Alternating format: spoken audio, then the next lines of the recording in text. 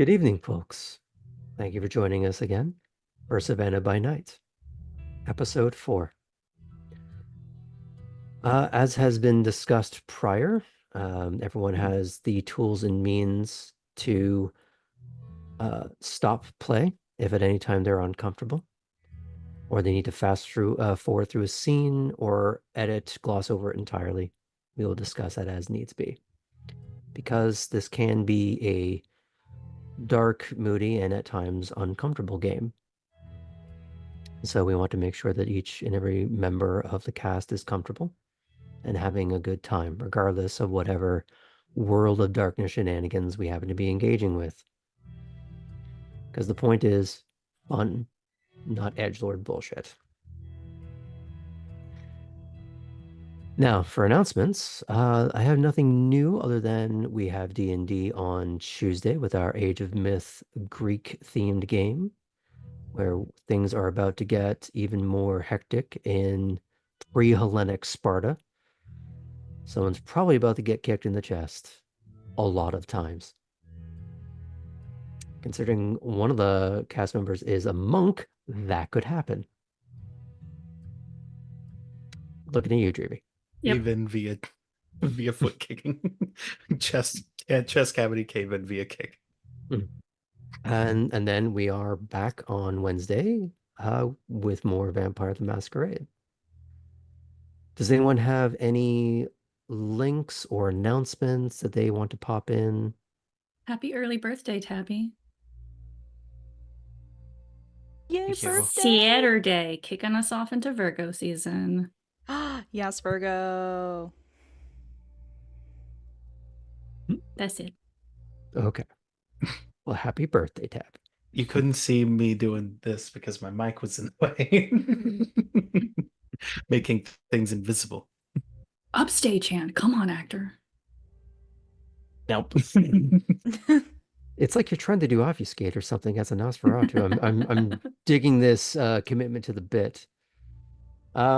So unless there's anything that anybody wants to bring up, I would say in the chat you should have our socials, our Discord, if you want to see more events and keep up with us and look for art and all the other things. And there's a table banter section of our Discord if you want to ask questions that we can't get to in chat tonight. However, in the meantime, let's tell a vampire story, shall we?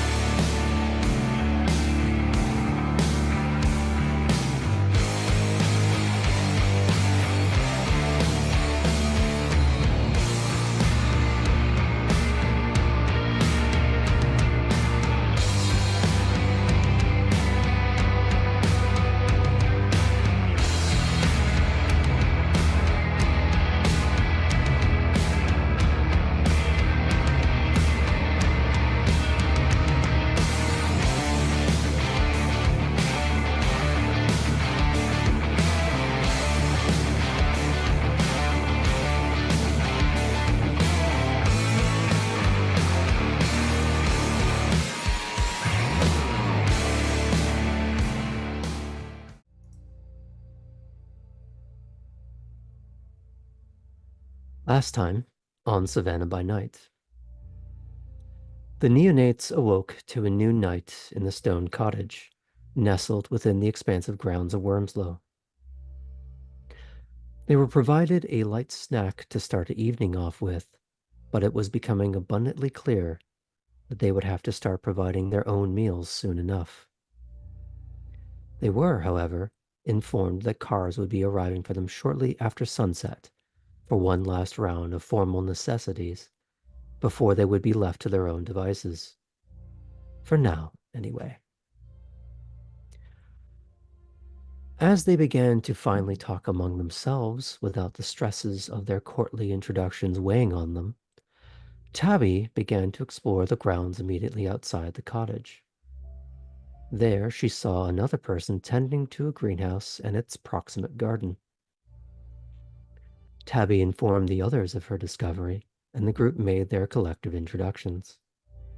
It became clear that this was another kindred, Olivia Moore of Clan Shamir, as she knew who everyone else was.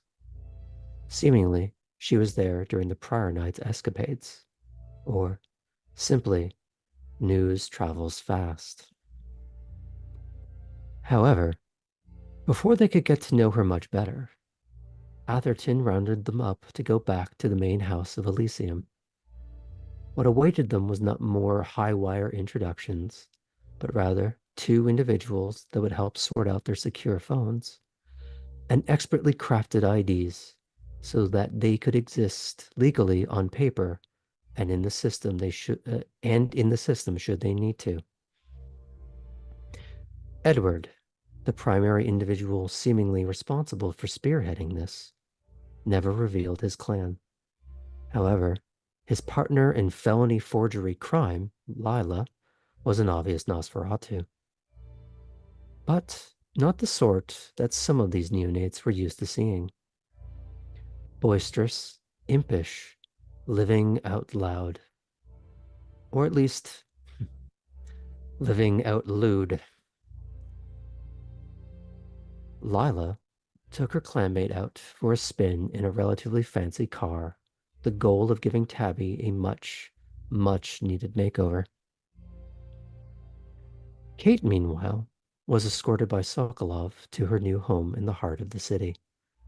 After giving him a tour, she turned her designs to more immediate concerns. Artem, Cora, and Poppy decided to stick together for the evening. Artem, however, got the bright idea to check in with his primogen about being a certain fellow gangrel's mutual chaperone. As we pick up with the intent of our young kindred venturing out on their first hunt in a new city, I would like to stress one thing. You are now responsible for keeping track of your blood pool, your hunger.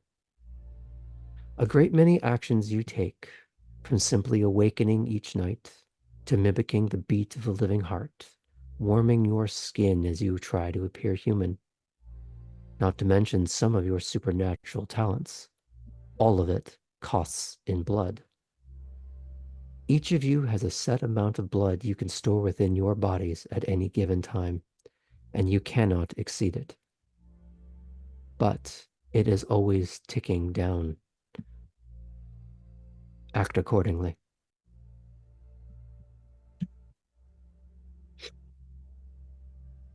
Now,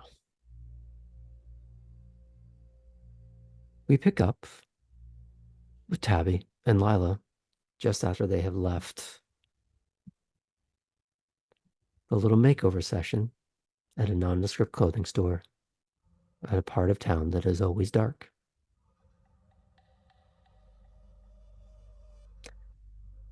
As they stream through the roads,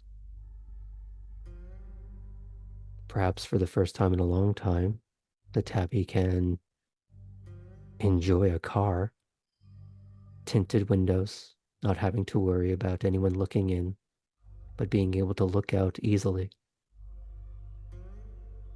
If she so chooses, she can enjoy the streets, the lights, people watch, without fear of being seen.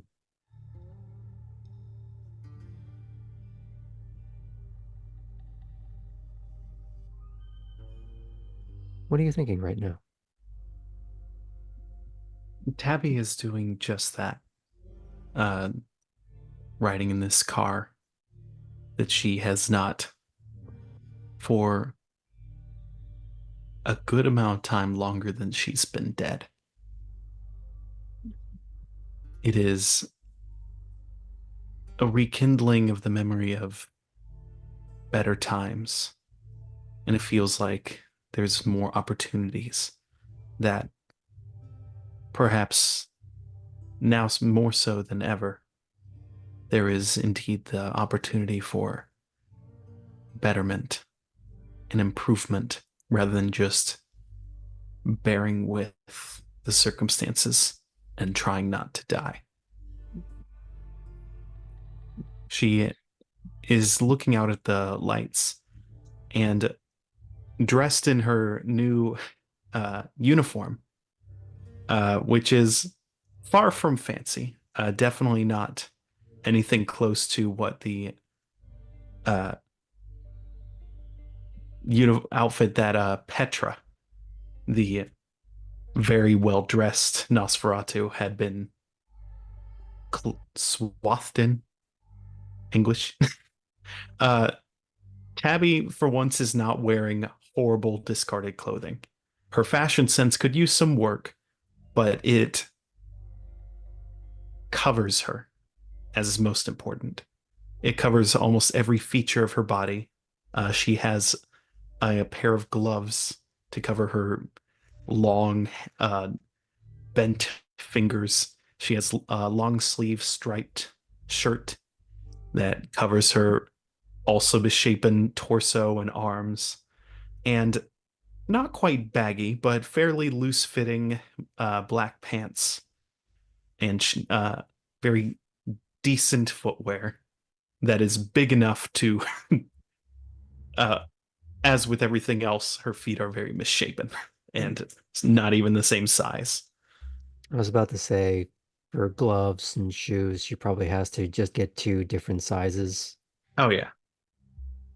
She also has wrapped a scarf around her neck that is clearly too bulked up, but if she drapes it over her head, is able to more fully conceal at least all the most obvious parts of her vampiric curse, her very apparent masquerade breaking appearance. But she is, while she's not really felt warm or hot since being dead, she does feel slightly weighed down, but is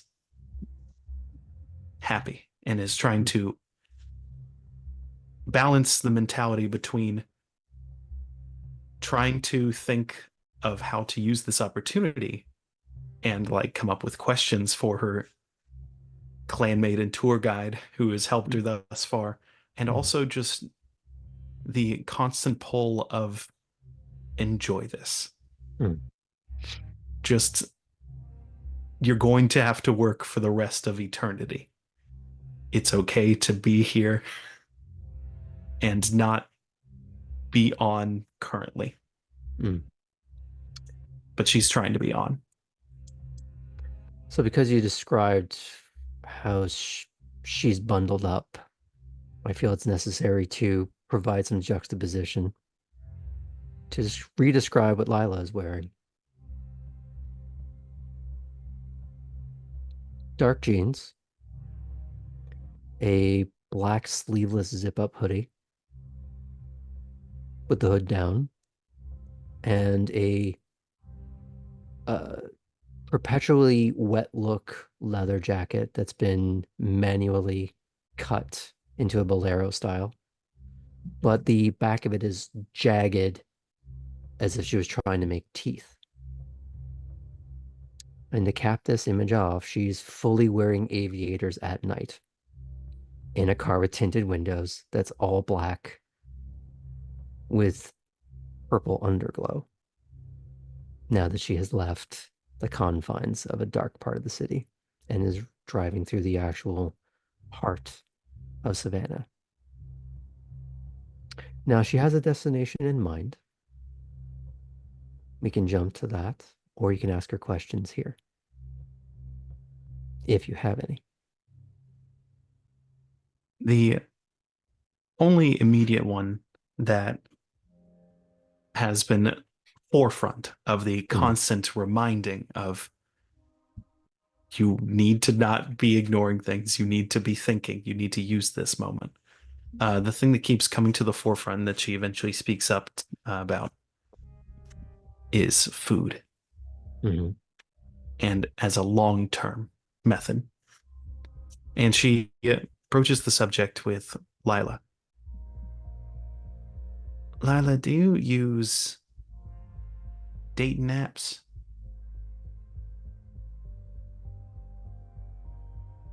Not for dating. Well, Well, great if you do. I'll be, I won't be coy. I have an idea. If I were to those are get dangerous. someone's, I gotta start having them myself. Uh, if I made enough profiles on enough apps and just started casting and invited whomever to the most obvious red flag, isolated, dangerous part of town, most people will say no. Good for them. But a decent number of people won't. And if I can do it right, I don't know, but it sounds like a decent way to pop out from behind a tree, boom, and if they enjoy it well enough, might message them afterwards. They never saw my face. Be like, "Oh, that was a wonderful night. You want to do it again?"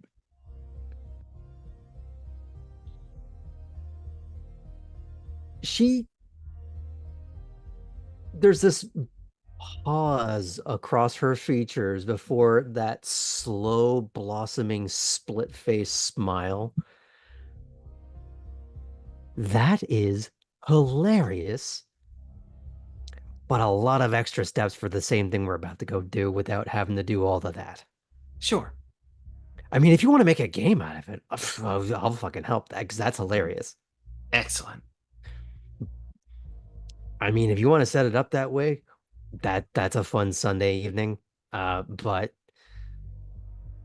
in terms of just getting a meal, we don't gotta be fucking Toreador. We don't gotta play games. We could just go get wherever the fuck we want when we want it. I would love that. Oh, I'm gonna teach you all the things. Please do. But now, But I do here's a want to push. I do want to pursue that. we'll look into it. We'll look into it. It's not priority, No. but it's fucking funny. Yeah.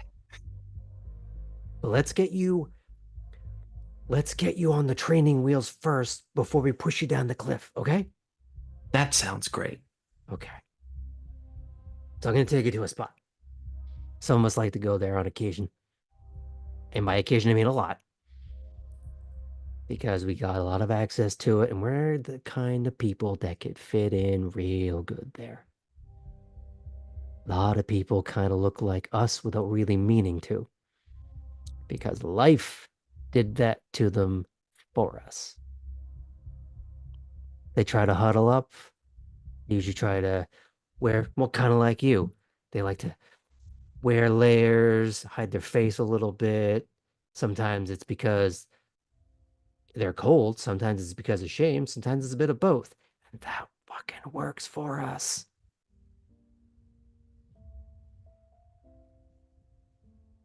You I ready? like it. Yeah. Yeah. Now, I gotta warn you. There are no adventures, so this won't fucking matter to you. They're not what you might call um pedigree meals.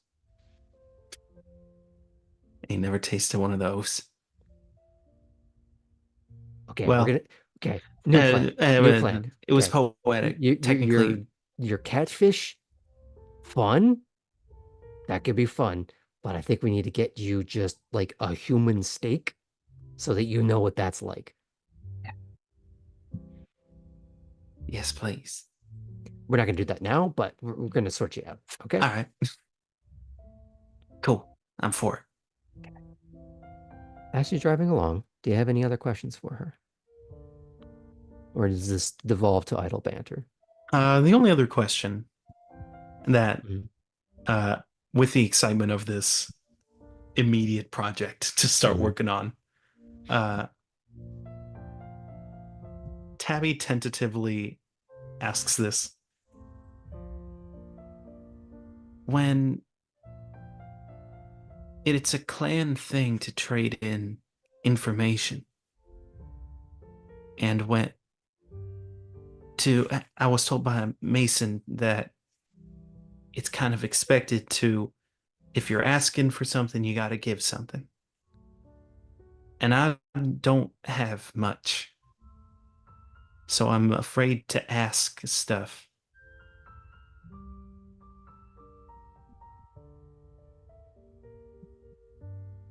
What? What do you? What do you Well, want? What? well, that's it. I. How do you recommend get? I don't know what they would ask of me. I don't know if even I imagine it's not great for me to be like, "What do you want for this information?" Because then they can ask literally anything. Is there like a good like floor, a way to know like, hey, this information's like valuable. So rather than prompting them with asking me for anything, I can kind of assume that something's valuable inherently. Oh, so you want to get into that game? Okay, so you can't just be like, "Hey, I know this," because Right. you've told them you know that. It loses value. So you got to just like collect little things, like and treat them like pocket change. Okay, and then when you want to know something, and they go, "What are you going to give me for it?" I'll trade you two of these and one of these for that, depending on what it is. And then you start haggling. Sometimes it's not just about the things you know, but maybe like, okay, I'll do this small little favor. But if Okay. you do favors, okay? You got to pay attention. Don't just put yourself in the dumbass position of, I will owe you one. That's fucking stupid. Okay, what you got to do is you spell out what it is that they want you to do then and there. None of this open-ended bullshit. Okay, that's how you get yourself in trouble. That's how you are minding your own business, catfishing some schmuck on a Sunday night like you planned. You're about to sink your teeth, get a good meal, and ring, ring. Fucks your whole night up. You don't want that, right? Right. So get them to spell it out. Get the details before anything's traded. Gotcha. Otherwise, you just set yourself up for a fucking nightmare. Yeah, I'd rather not have that happen immediately. A good plan. Be nice to make use of this immortality thing for a bit. I mean, I'm doing great. It's probably gauche to ask you how long you've been here. She kind of just puts a like driver glove hand, like fingertip against your lips, like, shh, we were having a good time. Why you gotta ruin it? Tabby kind of smiles around the glove and says, just seeing what I can get for free. And she flicks your nose as hard as she can. Yeah, that was the cost, asshole. Oh, Here I am, gonna take you out for a nice meal. A meal. I appreciate it. And as you're huddling with your nose, Ow. she does kill the underglow and some of the other running lights, except for the expected headlights. And as you do get closer to what appears to be an overpass for the off-ramp of a highway, she pulls off the side of the road into the brush, gets out, and that's when she pulls the hoodie up.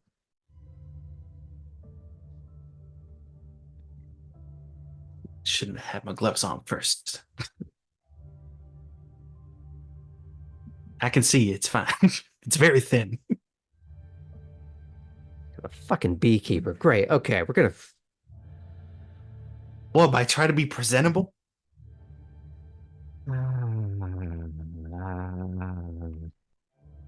Yeah, You said we're not we're just gonna go with it. Toreador.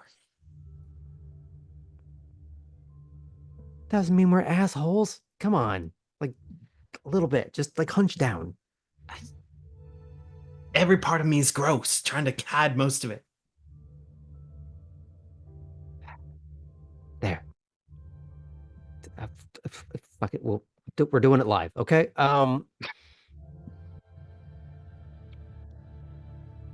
So describe the little spot. Beneath the off-ramp from the Harry S. Truman Parkway, where it meets President Street, there lies beneath its shadow a homeless encampment. A ramshackle smattering of tents and cardboard, rusted, broken shopping carts, and all manner of absconded with materials. There are the expected garbage cans being used to both light and weakly attempt to warm the space. Graffiti-covered support columns follow a curve that disappears into the brush, the unhoused community huddling beneath the uncaring concrete above. You, specifically, would know better than most that when storms run through, these are the types of areas that often feel it first and worst. Before you walk over there, you knew before you left the clothing store that you had a slight mission. You were going to burn your clothes. So you could either burn them or donate them here if you wish. They might be mucky, but someone might find a use for them. The other option to consider, one of those is a borrowed item of a person that maybe, if that's what you want, you could return it to if you were trying to ingratiate yourself to them, or at least keep it neutral. What would you like to do here?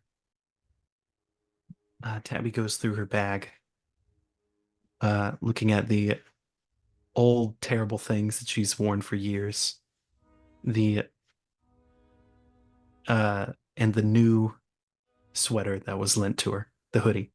Mm-hmm. And she thinks,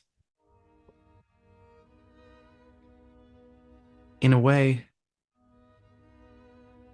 she intends to take from these people. Mm.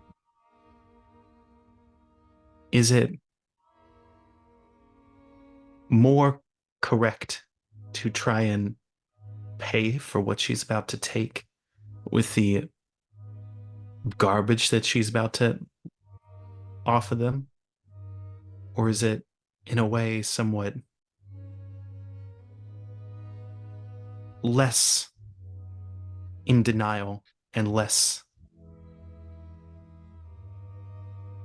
falsely morally upright to just take from them? And she does decide to push back down the hoodie. That is not leaving her person.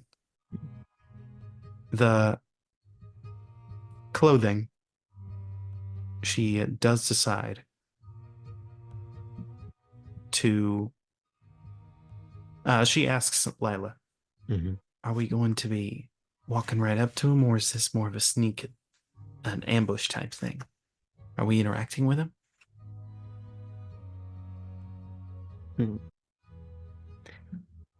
It's a little bit of a, hey, over here. I'll show you. What do you want to do with all that first? What do you? Make one choice first and another one, okay? Do it in sequence. I'll try and leave it for whomever might want it. If nothing else, they can use it as firewood.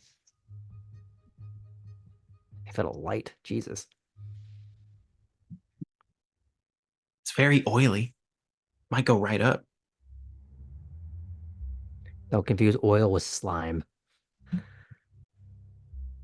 I've never tried to burn my stuff, much less myself. It's a bit counterproductive, but yeah, okay. Anyway, so you leave the pile of clothing. Do you just actually leave it in a pile, or do you sort of like stir it about? There are She did. people milling around. I don't know how careful you want to be with this. Tabby will begin kind of dressed like this, at least to get close enough to be seen and noticed. And aware that she is wearing nicer clothing than what she's about to leave behind, she does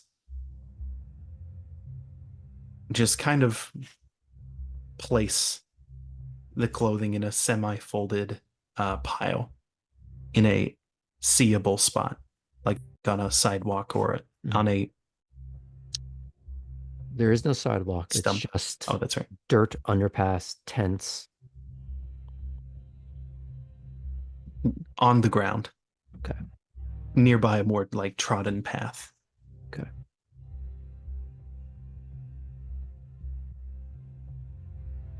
And sorry, what did you do with the discarded hoodie? That is just going right back into her bag. She is Okay. not leaving that. Got it. Just wanted to be sure. Thank you. So she will lead you both into the brush, back onto a path, behind pillars, weaving around, looking for a bit of opportunity. Someone that's either sitting by themselves or kind of just aimlessly wandering. And there is someone sort of shambling about. And she leans in and just, hey, what about that one? Like that one? What kind of, obviously it's a little hard to tell. How does this individual seem to carry themselves? Well, shambling is a pretty definitive word. Okay, fair enough. I missed Probably that. 40s Yeah. to 50s. They're kind of aimless. Yeah. They don't look like they're tweaking or anything like that. They're just maybe a bit restless, but not having the energy to be restless. Tabby will turn her head enough to where Lila can tell that she heard and is acknowledging. All right. Sounds good. He'll do. Okay, so before you do, like, how do you normally do this? Because I know what I do, but what do you do? Well,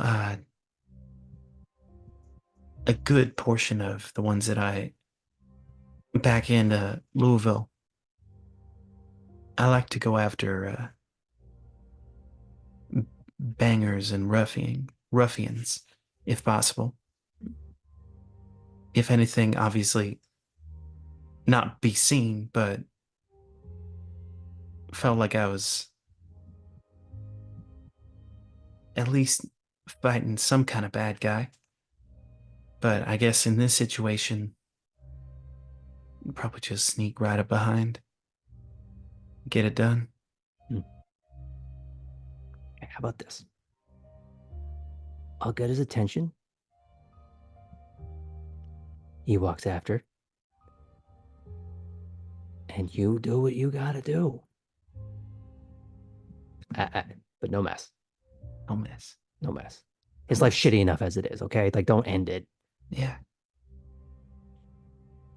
I got you. Thank you. So Tabby will kind of go around to a more behind the individual spot. You see Lila kind of slink off a little bit. And as he's kind of just dozily kind of looking around, not really sure what to do with himself, nothing to spend his attention span on, there's a sound that gets his attention, and he just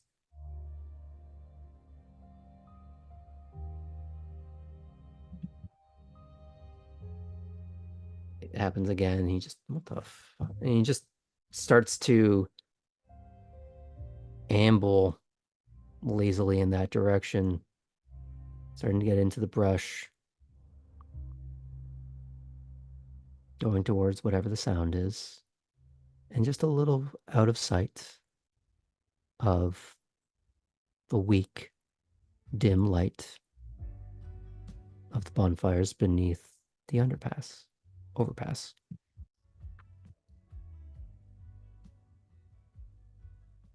Abby will, with a practiced stealth, just kind of shamble behind him in the same method, but with an intention of outpacing. Mm. Okay. A faster shamble. So let's make this interesting. Let's go with a bit of dex and stealth.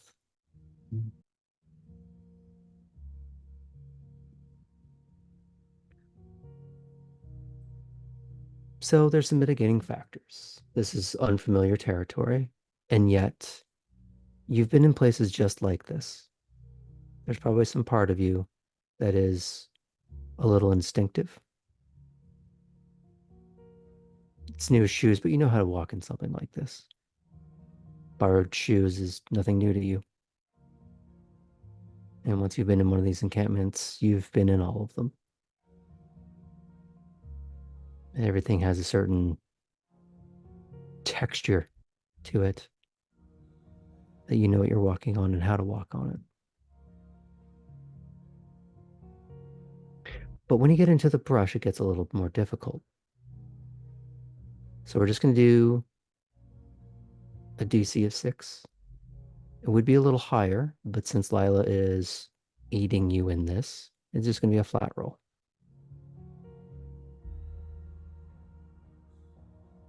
All right. Dex and stealth. Mm-hmm. Now, for those of you that haven't seen us roll dice, because I tend to run this little dice light, it is a D10 system, and every dot you have in a particular stat confers you a D10. So would you like to tell them how many D10s you're running to give them a loose idea? I am rolling 5 D10s. Okay. Do you have celerity? I do not. Okay, just checking. There are some abilities that add to various stats, and we're just double checking. I did get, you said a 6 is what to be? Yep, 6 or above. I did get 110, negating one of my 3 successes. Say that again, sorry? I did get one, oh, not 10. I did get 1. I was cursed Okay. because it's the tricky one where 0 is actually 10. So 3 successes, 1. So 2 successes. Yes. Okay. That's enough. He's slowing down as he's just maybe starting to lose a bit of interest in whatever that is or isn't. And just before he turns around, you're able to stand up, grab him by the shoulders. And do you go for the neck? Do you go for anywhere else? She'll go for the neck. Okay. Now, despite your outward appearance, you would think that this would be a deeply unpleasurable act for him. But he can't see you. And the bite, or often called the kiss, is a pleasurable experience, typically. And maybe due to him just being a little aimless and looking for something to do with his time, maybe there's a part of him that just sinks into it almost immediately.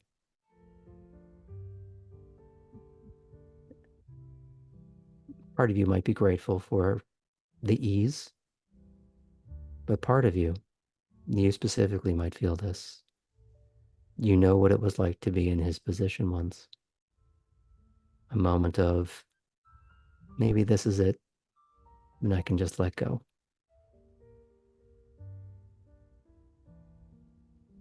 I don't have to be here anymore.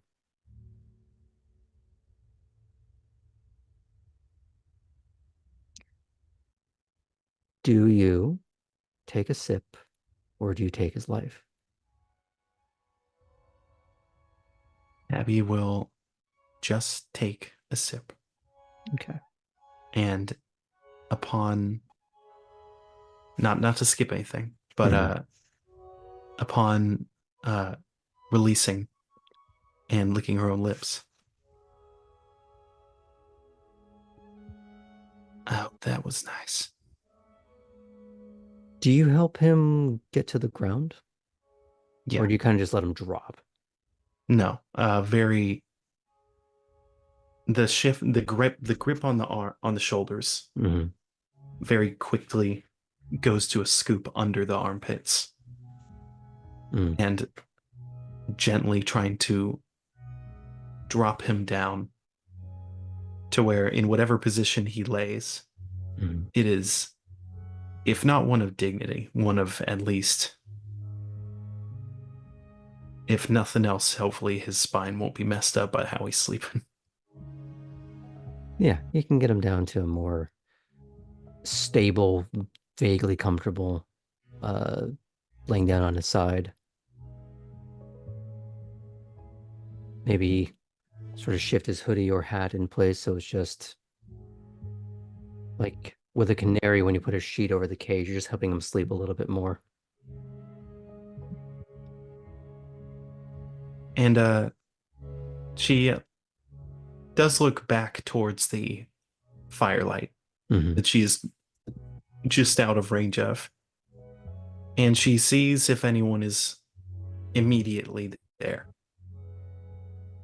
Now, when you say immediately there, are you looking for someone that is looking No in one that else. direction? She is going to attempt, unless there's someone potentially who would immediately see her do this, just to bring him ever so closer, even just like 10 feet Oh, I see. closer to the light. So you want to drag him a bit. Yeah. Okay. What's your strength like? Do you have potence? She does. Okay. So you could do this probably a little easier than most. What's your total of strength and potence together? How many dots would that be? 6. 6. You can make that pretty easy then. Wow, is that actually 6? Huh. Oh, we were talking about nerfing things earlier. So,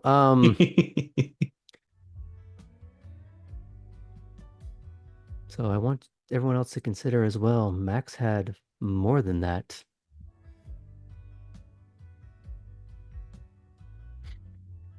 Anywho, moving on. You're able to Need more dots. Yes.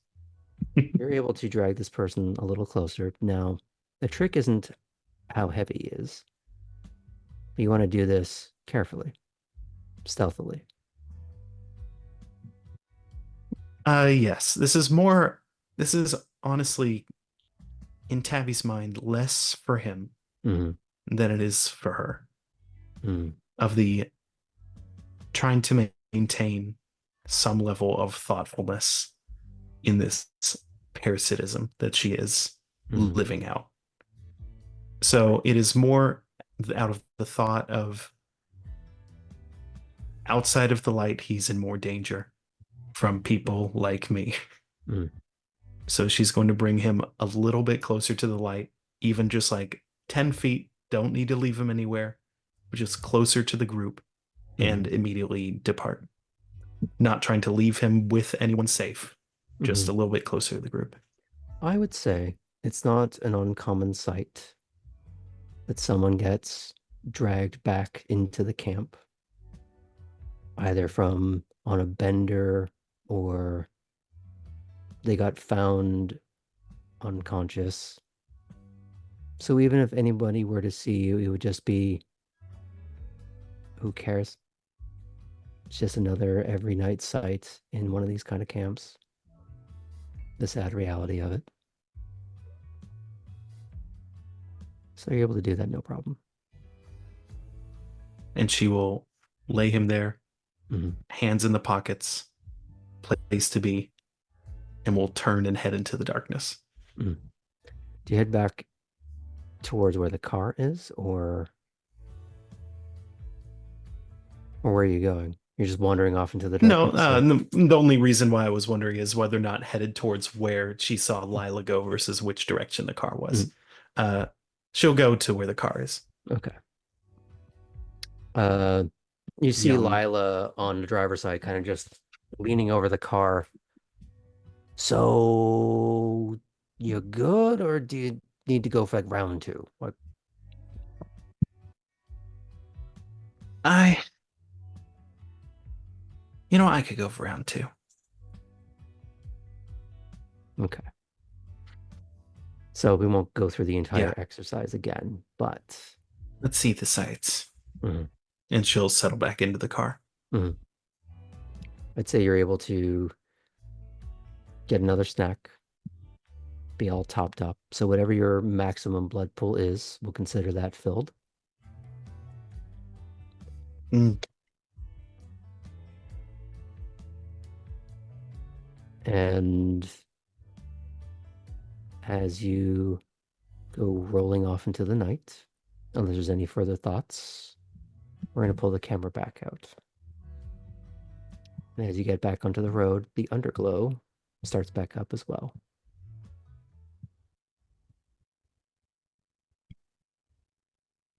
Miss Fulton.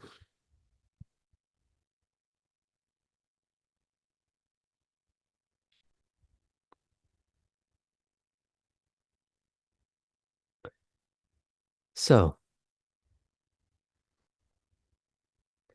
tell us how Kate is preparing for her hunt tonight. Now that she has her own home, a place to base all of her shenanigans and operations from, full wardrobe, full bath, full dark academia. Kate has ditched the blazer she was wearing over her dress earlier. Kind of checks her hair and makeup in the mirror. Mhm. And it's only a mile or so, but she's in heels and Savannah is full of cobblestones. So she's going to call an Uber. No, you can't do that. Mm-hmm. I will say that it's late enough on a Thursday Mm-hmm. that you could drive down to where it is you're intending to go Okay. and be able to get a parking space pretty easily. And we'll do that then. Okay. Now, before we get into this proper, are you spending any blood to give yourself that blush of health, to make yourself look more human? What? I have not been snacking like everyone else has. Mm. What do you think I'm at blood-wise right now? I'd say you're at roughly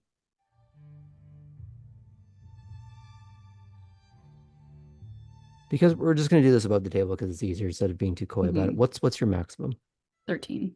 13. We're gonna say you're down to 8. And we'll include that with the, if you're gonna use Flush of Health to, it'll bring you down from 9 if you want to do it that way. Okay. We'll do that then. Okay. So you're not frothingly hungry, but you could eat. And you should. Mm-hmm. And it's been trained into you specifically how you must maintain that. Stay on top of it, or it will be on top of you. And not in a fun way.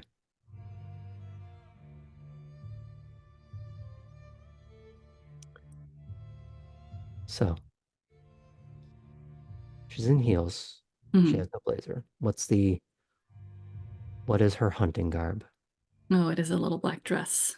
Little black dress. Yes. Mm. The deep V and a short skirt. Classy still, but very demure.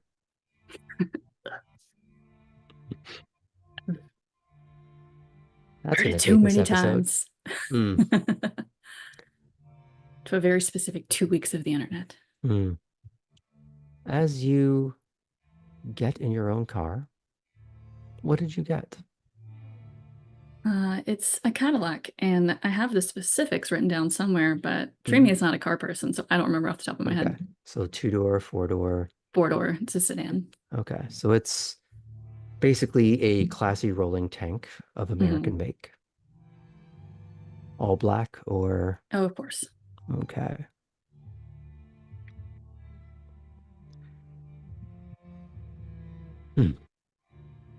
So as you roll through Savannah, you arrive not on a red carpet, but on a red brick road just west of City Hall, on the promenade behind and above River Street proper. Before you is a red brick hotel with short palm trees making the fencing a bit more discreet. This is the Bohemian Hotel on River Street. Inside is awash with wood paneling, muted brick with stark white mortar, near holographic glass art pieces of ghostly human forms. As you take up the elevator to the rooftop bar, what is going through Kate's mind? Why did she pick this place over any other?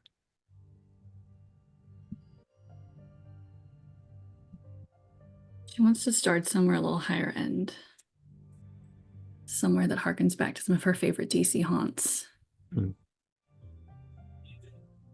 And it's over a hotel, so maybe there's a tourist with a room to walk down to be discreet.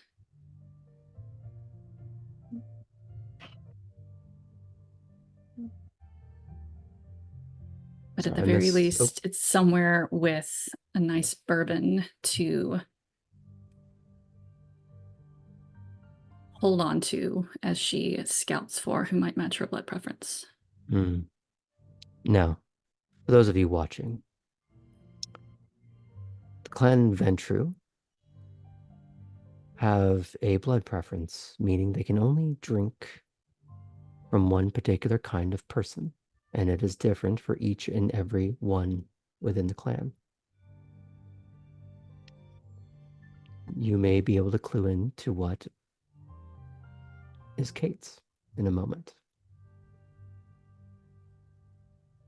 So you see servers, you see people populating seats, the actual bar, the outer tables along the balcony.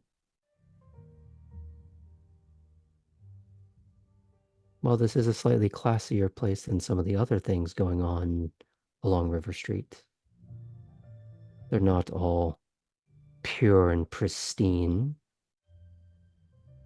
Some of them might be marked in such a way that harkens to your requirements. So you tell me, what is it that you're looking for? And not just the preference itself, but the type of person. Because that can be quite broad. What is the mood that she's trying to fulfill right now?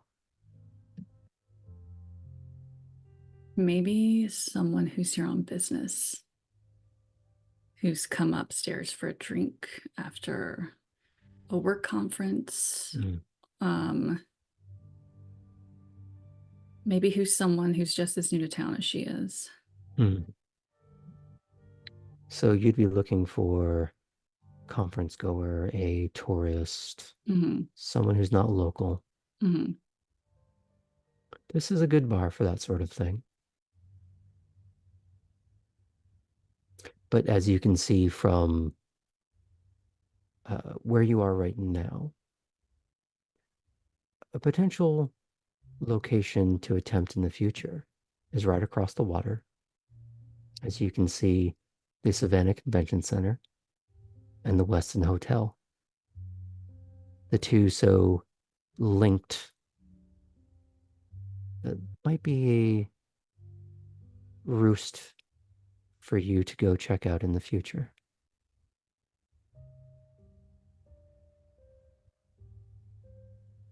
So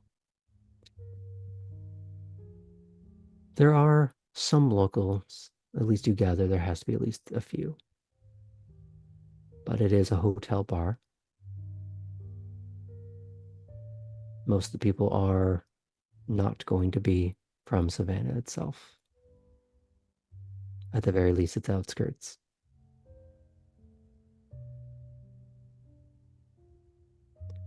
So this is where I'm going to let you tell me. You have the options. Describe for me the kind of person that's going to get Kate's attention tonight over any other. Or the person's. As she arrives, she will order a glass of Woodford Reserve at the bar and kind of take her time, let it swirl in the glass and smell it, because that's the only way she gets to enjoy bourbon nowadays. She'll scout out and look for the telltale signs, maybe a sleeve that's rolled up far enough to notice, or someone tucks hair behind and reveals something on the neck. Business people would probably keep them more hidden than, say, the bartenders themselves. You would see none of the bartenders, at least not right immediately, would ever fit in that mode right this moment. But there are, well, there could be business people. They're not necessarily in full suits and conference regalia. It's the end of the night. Some sleeves are pushed up. Jackets are maybe left in a hotel room or draped over a chair. Ties are loosened. But there's also people who are just on a night on the town, wearing a polo shirt or slightly unbuttoned shirt of some kind, or a sundress exposing upper back, side of the neck. And you're able to find a few that suit your purpose. So the question is less about, can you find them?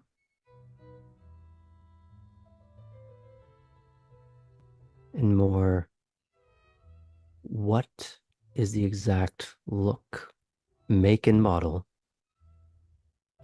that she's going for right now?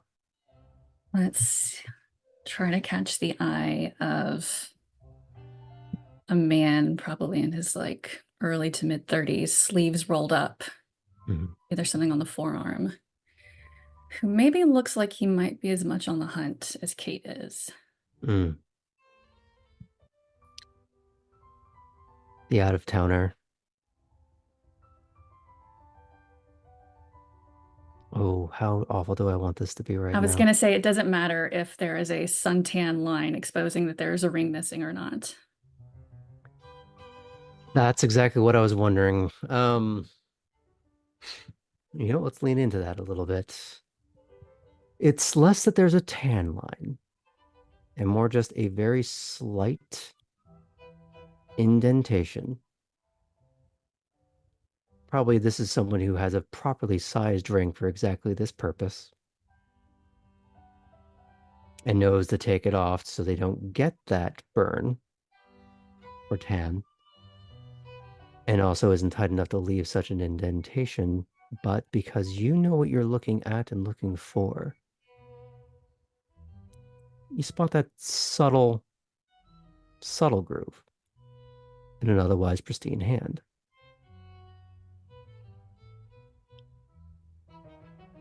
You see some sort of filigree along the inside of his forearm. Some trite home bullshit.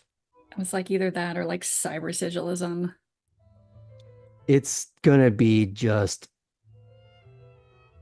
a poem you don't recognize and maybe something he wrote himself because he's high on his own bullshit. Perfect. And while he is chatting, and he does seem to be getting at least a longer conversation before somebody either turns him down or they kind of just, no, no, thank you. And he does politely duck off. He's not trying to press because he probably looks at it as, well, if he's here for a business trip, it's all a numbers game. He just does it long enough, somebody will take him up on it. Now, the question for you is, do you wait for him to pursue you or do you pursue him? I'll go up to him. Okay. Do you wait for him to be sort of leaving the bar? Do you wait for him to going through a room? How do you approach? As he like ends the conversation with someone, I'll catch him in passing.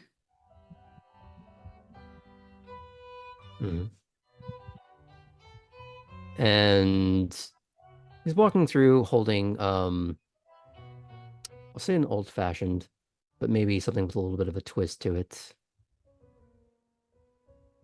It's like, he didn't quite see you at first, and he's just turning. He's like, "Oh, sorry. Oh, hi." Hi. And he goes to extend his hand, like, "I'm Dave." Hey. You actually gave him your name? Yeah. Oh, someone's feeling saucy. Well, I guess he can't remember anything if there's no one to remember. So,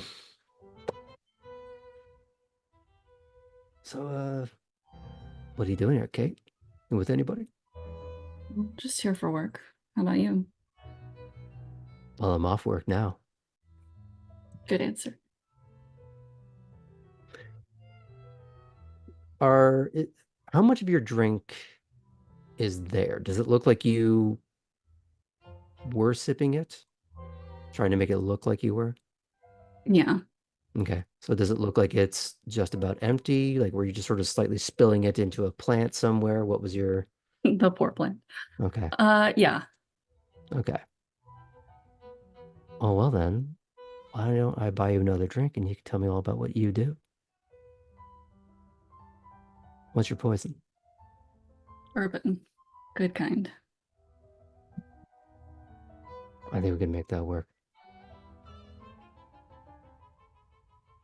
He doesn't go the toppest shelf, but he doesn't go the lowest. Noted. It's at least sort of middle top.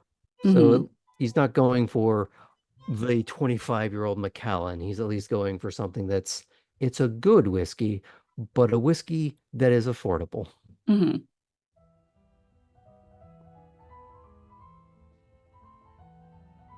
Now, do you specify for him, or based on the glass, is it on the rocks? Is it neat? It'll be neat. Neat. He follows suit with that. And as he's just about to sort of hand you the drink, he sort of just wafts it, not quite in your face, but just sort of just maybe about a foot away.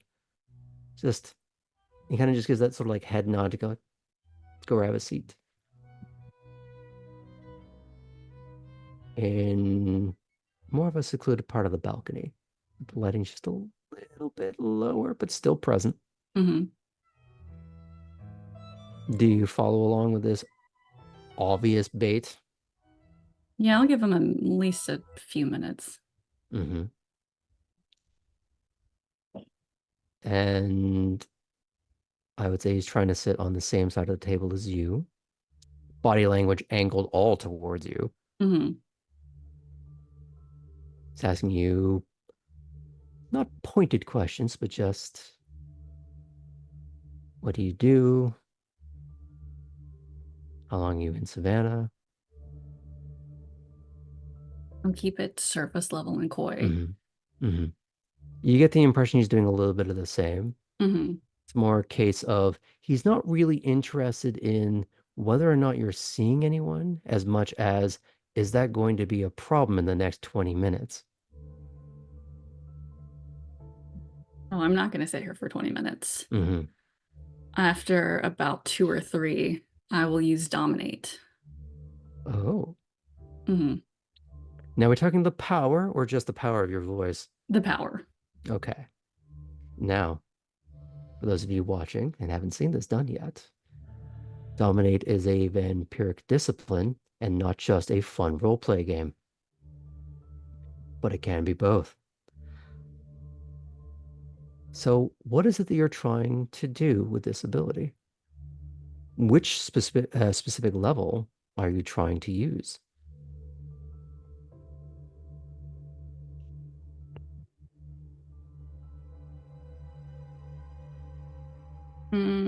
Let's use mesmerize, Okay. which is the second one. Okay. So, been a while. Back to the book. And I've got it typed out if you need me to read any of it. Just tell me the page. I don't know. I just typed up the abilities. Well, It's efficient, man. It's been true.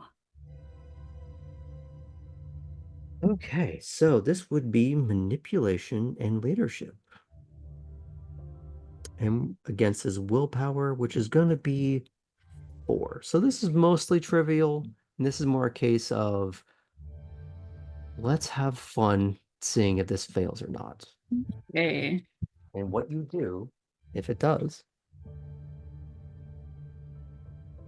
But don't my dice out. That one we'll catch later. All right. I am rolling manipulation and leadership. I guess a difficulty of 4. I'm rolling 6. Hmm. Okay. No failures, all successes. No 10s though. Well, Yes. nice. So for the class, why don't you tell them what this power does? Oh, let me look at the specifics since we kind of glossed over this in Mhm. prequels. I can verbally implant a false thought or hypnotic suggestion in the subject's subconscious mind. Hmm. The target must be free from distraction. Good Oh, thing I'd Kate's the only say, distraction right now. yeah, his attention is pretty wrapped up. So, what is it you are attempting to compel him to do? Or rather, succeeding in compelling him to do? Let's get out of here and make our way downstairs. I don't think it really would have needed dominate, but But but cover your it's bases. efficient. I don't have to sit through the bullshit small talk now. Yeah. Fair enough. He's not interesting enough for that. Okay. Now, do you let him get you all the way to his room? Okay. And once you get in there, he's of course going to go for the amorous activity, going for the skipping the handhold, because that's just lewd, going for the neck kissing. Do you follow suit? Well, I will go straight for the neck. And I don't know if we've changed any since prequels, but in my prequels, I could take about 3 points before they needed a nice little nap and a recovery snack. We're going to go with that for now. Okay. Now, here's a fun thing, Mm-hmm. and you've learned this before. You can't directly enjoy whiskey, but someone that has been drinking, you get the benefits of it. Mm-hmm. Muted. You're not so smashed that you can't drive, but you get a little bit of that.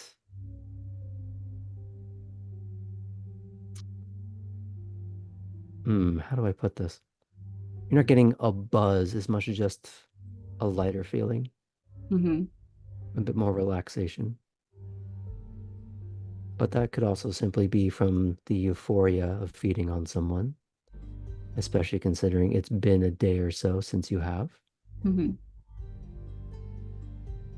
And of course, being what the kiss with a capital K, he's left with an incredibly enjoyable, not really memory as much as a hazy, I met a girl at the bar. Things got a little amorous. We were in my room. All right. So yeah, if 3 kind of leaves him a little knocked out, Mm-hmm. Oh, I there's no round two for Loverboy. mm-hmm. I will kind of dump him off on his bed. I don't have to tuck him in nice. I will take like a Gatorade and a Cliff Bar from the mini bar and stick it next to him. He can be charged for that, but you know. Here's a little treat. Yep. Nice. Okay. So I'm still 2 points short of max. Remind me, would it be wise to go feed again, or is that kind of an okay place to be? It wouldn't be the worst decision in the world. The question is, do you want to go back to the same rooftop bar? No. Okay. So, where would you like to go? He's done some research. Mm-hmm. Um, a few blocks over, there is a basement bar next to another hotel, but I think this one's not quite as hotel clientele because it's not taking the elevator upstairs. Mm-hmm. Called Repeal 33. Okay. She'll make her way to. Luckily, I have a folder for that. That is one of the ones I sent you. Mm-hmm. Now, as you go over there, I'm not going to go through the whole sing and dance again, but tell me a little bit about the bar.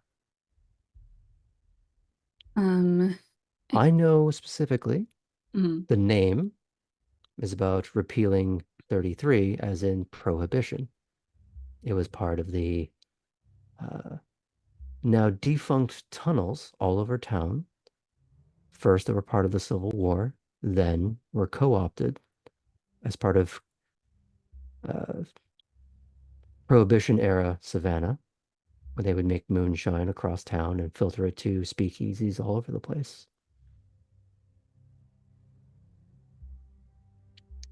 But tell me about the place and why you're going there.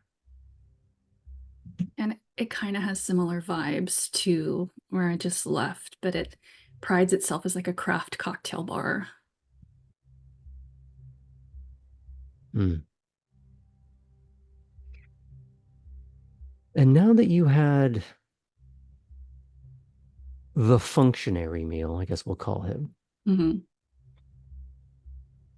are you taking your time with this area? Are you looking for something or someone in particular? Or is it still just getting on with it? No, this time I'm looking for someone who might be worth having a conversation with. Okay. It's a little touristy, Mm-hmm. as a lot of the bars on River Street are.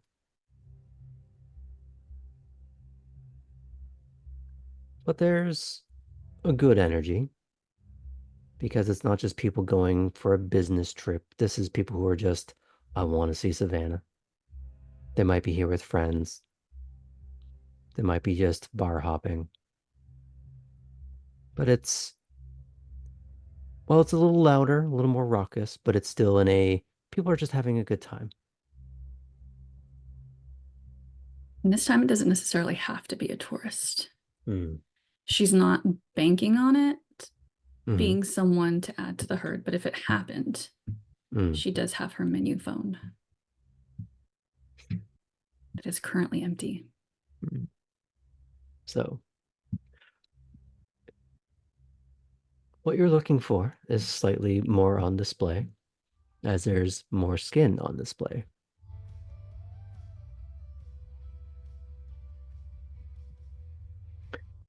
The really important question is not who can I put in front of you as much as what are you looking for? Are you looking for staff? Are you looking for a patron? Patron. Patron. Hmm. I will say some of the staff almost immediately, visibly fit what you're looking for. Hmm. It is, of course, maybe a little harder to get their attention to keep it. Hmm. Is it pretty busy? It's a Thursday night, so not that busy at all. There's people, they're Hmm. having a good time. And obviously, you were able to get down to this part of town um, and get parking pretty easily on a Thursday night. So it's not exactly packed. In that case, I won't discount staff because Hmm. they're going to be local. Yeah. So I'll sit at the bar. Hmm. I'll get a craft cocktail this time, something, whatever their twist on the old fashioned is, because a place like this, they're going to have one. Hmm. I imagine it's less about all the different things they put in it as much as the choice of whiskey. Hmm.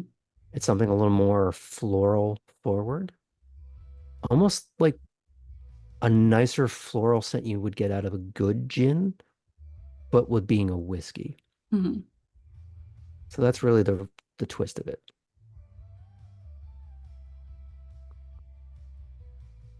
Um, I'll chat up a staff member then. I'm new to town. I could get mhm, some good advice on the city, mhm. what there is to do.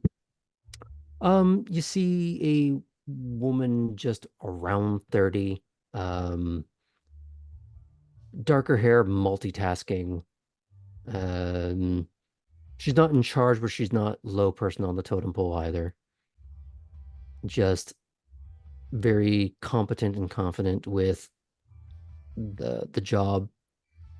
Probably has been doing it a good long while. There's another man behind the bar with the, excuse me, shorter, dark hair, a little taller, and both sort of fit what you're looking for in one capacity or another.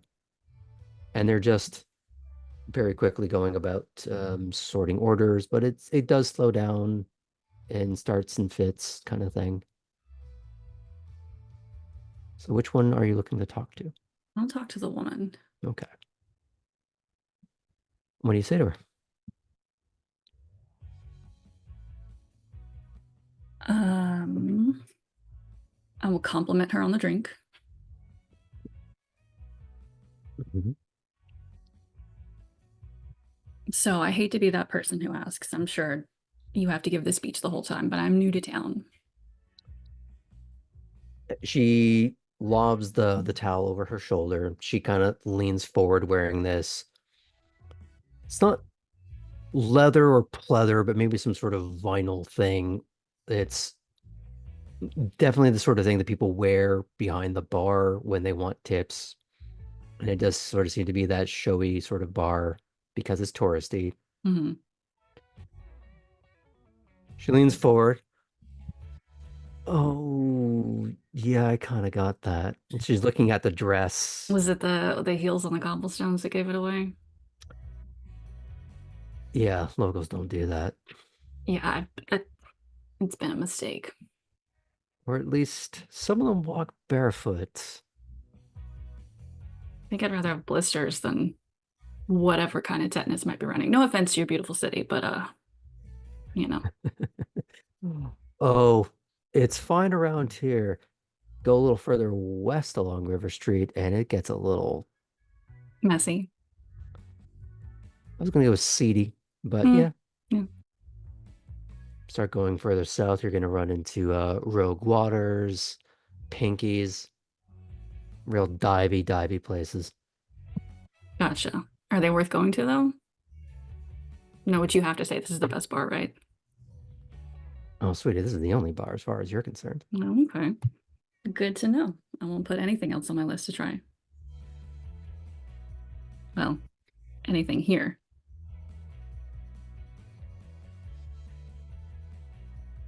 What else can I get for you? Um, I feel like it might be too bold to ask for a number, but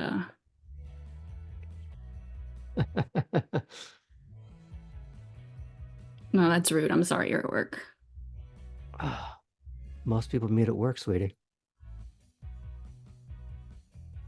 Well, you're lucky I met you before I started my June job. Oh, and what's the new job? Oh, business. Oh, you're one of those types. Oh, and if you couldn't tell by the dress. Got to find my Savannah look. It's a little bit more, not casual, just more southern than what I've been working in. I want to lean into linen. Good advice. She's saying that as that like sort of faux pleather thing that she's wearing. It's like speaking from experience, that's probably what she'd rather be wearing right now. Mm-hmm. The jar behind the bar looks like it's doing decent for tips. And that's probably the only reason why she's trussed up this way.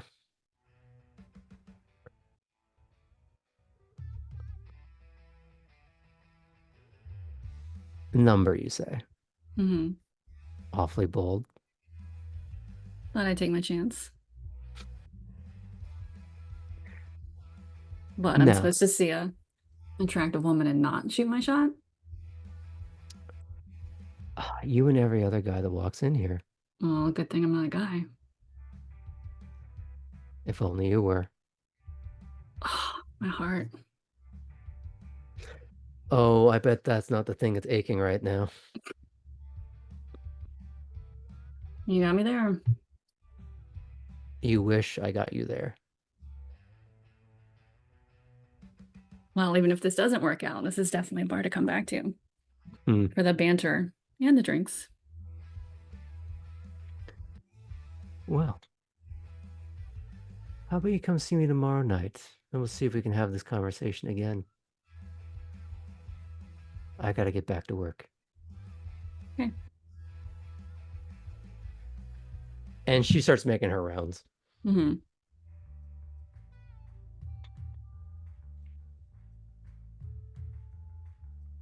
Hey, you got one. Mm-hmm. Everybody gets one.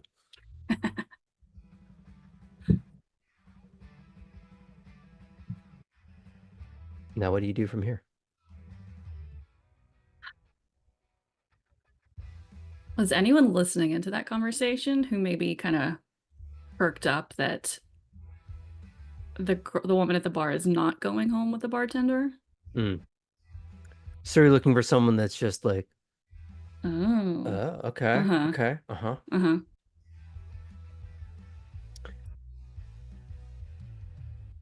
Do you see someone a little more? You get the impression he's probably a lot more meek, but he's gotten a few in him, Mm-hmm. and he's just, hey, Hey.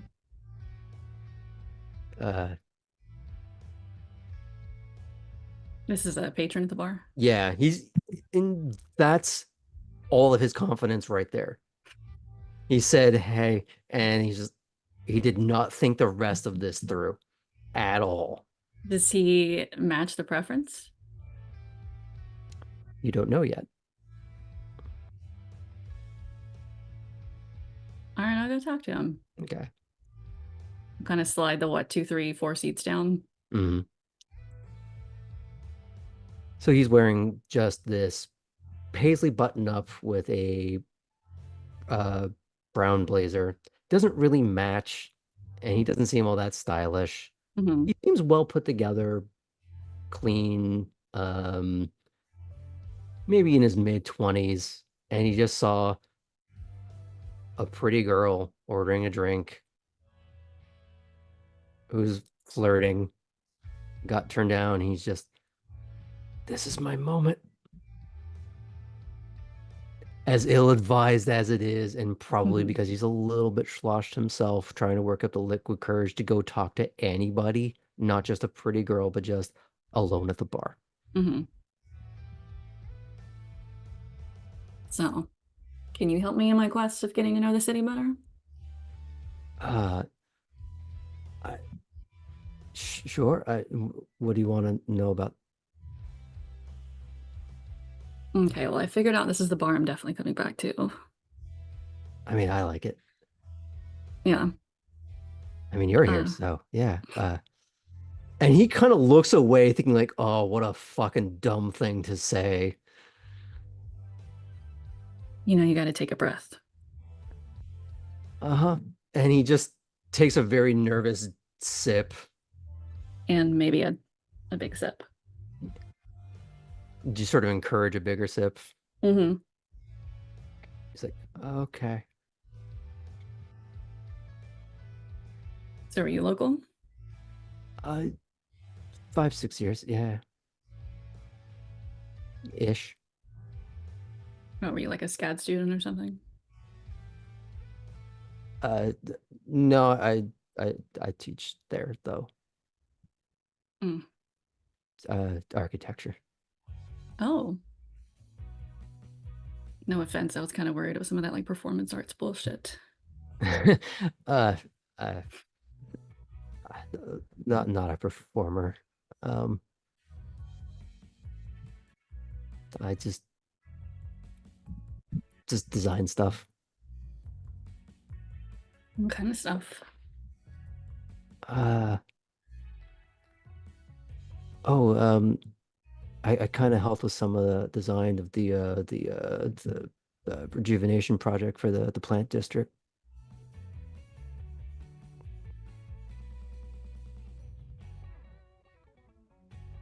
I'm trying to make sure that Dreamy's knowledge does not overshadow Kate's knowledge. With him working at SCAD, would this set off any alarm bells for her? Not that, like, SCAD owns people, or that those who work at SCAD might own people, but she doesn't want to make the same mistake twice. I would say it's a really good paranoia to have. You don't know for sure one direction or the other. Because Kate doesn't know who oversaw the rejuvenation project.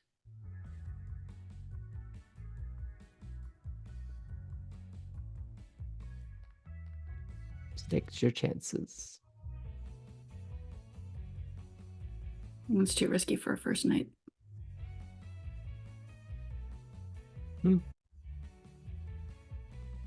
Well, to Savannah, to new friends. Let me know if you've got any friends. And you see him just deflate. Like, lady friends. Sorry. It doesn't get better. Oh. Just, yeah, I'll keep that in mind. Man, let me buy you a drink. I'm sorry. I think maybe I had enough. And when it gets off the stool and he's not like falling over, but he's not walking away with much confidence at the moment. You've destroyed 2 men tonight in very different ways. One with intent, the other was just collateral.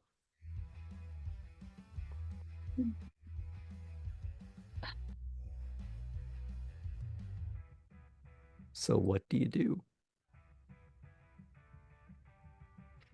Well, I'm going to look, after throwing that out into the world, I'm going to look for ladies that meet my blood preference. I have flirted quite a bit here, and I don't want to come across as completely lecherous to the patrons of this bar. If I can find someone, cool. If not, I might have to resign myself and text the gang. See where they're at. I'd say whatever it is that you're going to do to get someone's attention is going to require a little bit of talking, a little bit of flirting. Mm-hmm. And you know where they're going, or at least the intent of where they're supposed to meet up. You're probably going to find somebody there. Okay, so it's our understanding this is not like a vamp only event. Always assume that every event, especially if it takes place in any kind of public forum, is mixed company. Okay. Then I will go get my car and head home to change. Okay. Before we pan out from that, what little stray thoughts is she having in her little black dress? That damn a swing and a miss. That if he had matched, that guy would have been an easy target. But again, she's not going to make the same mistake twice. She's not going to get tangled up in some Toreador bullshit. Not without more knowledge, just to make sure. Good plan. But also, that was too easy at Rocks on the Rooftop. Should she need another quick fix? And she also had a literal vantage point on another place to look at, considering the initial MO of people in town for conventions and conferences. And that's on the island, isn't it? It is. It's across the river. So if she makes it to the island early, that could always be a stop. Could be. But before we get to our impending quattro, I think now's a good time to take a quick break. We'll be back soon. Welcome back. As we dive into our recently arrived neonates getting their first night of feeding in a fresh city. We tack back over to Wormslow at Elysium in the main house, where Artem, Poppy, and Cora have been killing a bit of time. So let's check in with them briefly. Artem, what's been going on in your mind since you hung up with your primogen? Basically just on repeat in Ukrainian. This is a bad idea. This was a bad idea. This was a bad idea. Which part of it? Bringing Christiana. Okay. I didn't know if you were being because you're in America, but that doesn't help either. Any other bits? Okay. Just trying to survive the night. Cora. So we're currently waiting for Christiana to show up. Okay, we have the car already. You do. So you can be outside if you would like. What are we driving? You've been given one of the Range Rovers. Okay, I'm gonna walk around it and make sure it looks good. Look at all the tires, everything like that. Get the seat adjusted and the mirrors, all of those things. And partway through that, as I'm getting configured, I'm going to use this new phone since we have a little time, and I'm going to place a quick call. Home. You're going to call home? Okay. This was unexpected. I'm trying to think. What would be the time difference? It's about 6-7 hours? It's a 6-hour difference. Okay.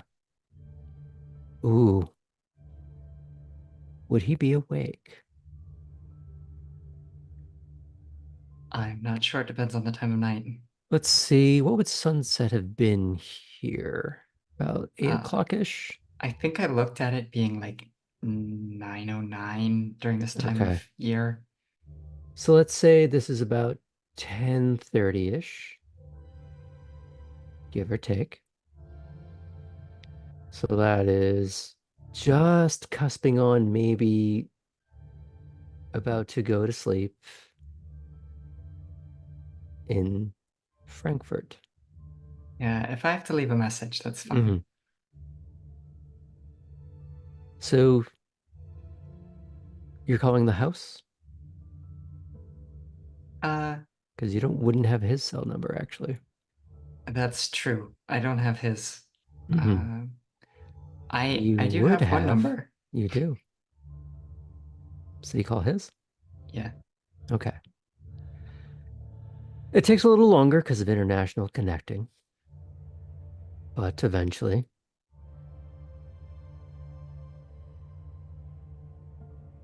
Cora,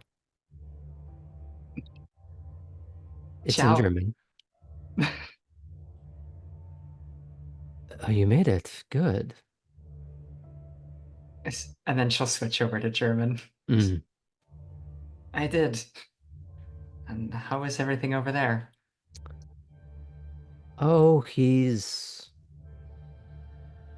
trying to distract himself. Mm.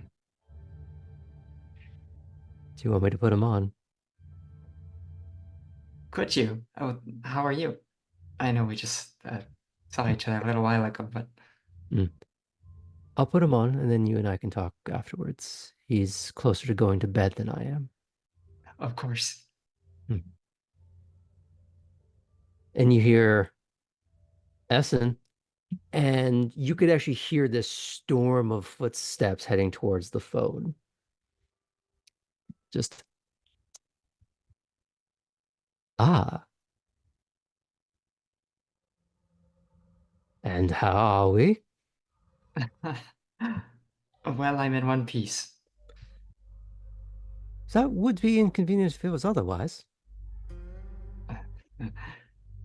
Uh, I was able to um, meet everybody here. Good, There good. were some others that I was meeting everyone for the first time with. Uh, most of us moved on to the next round of interviews. Oh, oh, that sounds, okay. I should like to hear the details at some point.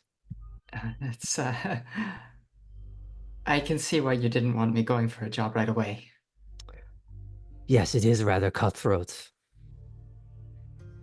Uh, anyway, I just wanted to let you know that I've landed, Hmm. and I'm in good hands. I've met some family members here, Oh, good. so Are you making friends? I hope so. Yes. Good. Now, here's the thing. I would like to meet each and every one of them and murder them violently if they cause a problem. But since I don't have that kind of time, Uh, you'll leave it to me then. very good, yes. Okay, good. uh, But it's good to hear from you. it's good to hear from you too. Hmm. Thank you for taking care of getting me a ride and everything like that. Of course. But I should let you go. I get the sneaking suspicion that you are on the way to something. It is quite early in the evening for you. Yes, some of my friends and I are going to get a snack. They- Very good. We'll talk soon. yeah, uh, talk soon. This is going to be my phone number for a while. I figured. You want me to say anything to Heinrich? You can let him know this is my number. Oh, well, maybe I will, maybe I won't. We'll see. Depends on my moods of the day. I am so very changeable. I would expect nothing less of you, of course. Hmm. I will give you back to Gerhard, and we will talk soon. Have fun. Thank you. I said, Tschüss. Couldn't talk. He hands the phone back to Gerhardt. Well, that was more animated than I've seen him all day. I'm glad I put a smile on his face. I would say more of a slasher smile, but we'll go with that.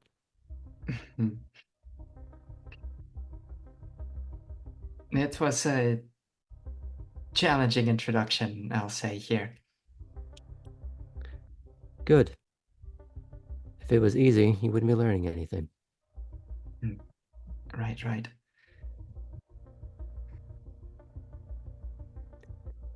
We're getting on well, so far at least. I think so. I need to remind myself vacation is over. Be that as it may, do you need anything? And no, for the time being, I think I'm all right.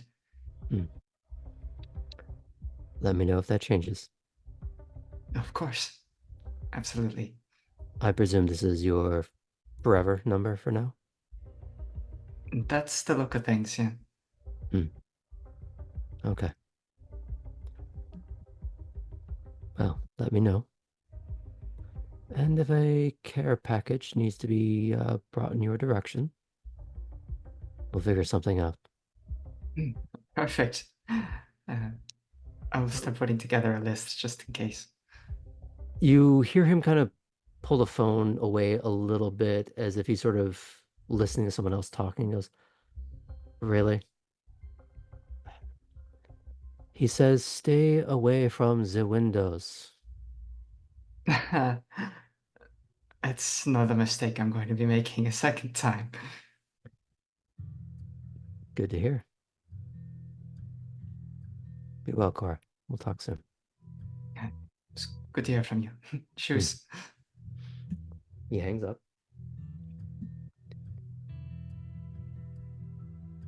Now, what's Poppy been doing all during this? Poppy has been using her new phone to take a look at potential stores where she might find a better outfit for tonight before they get Should've to gone where with they're Lila. getting to. What's that? Should have gone with Lila. I know, right? I really should have.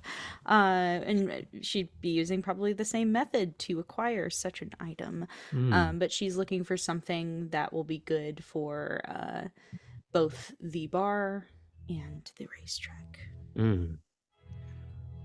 So what are we talking? Dress, like a clubby kind of thing? She's thinking short, literally what I'm wearing. It's a jumpsuit style thing, but it's like a short sleeves, very tiny little short vibe, with a belt around the middle to cinch her in and a nice zipper that can be used So we talking like romper or what's? differently. Yeah, I guess it is a romper, but it's like more in the style of something that looks like a mechanic's outfit.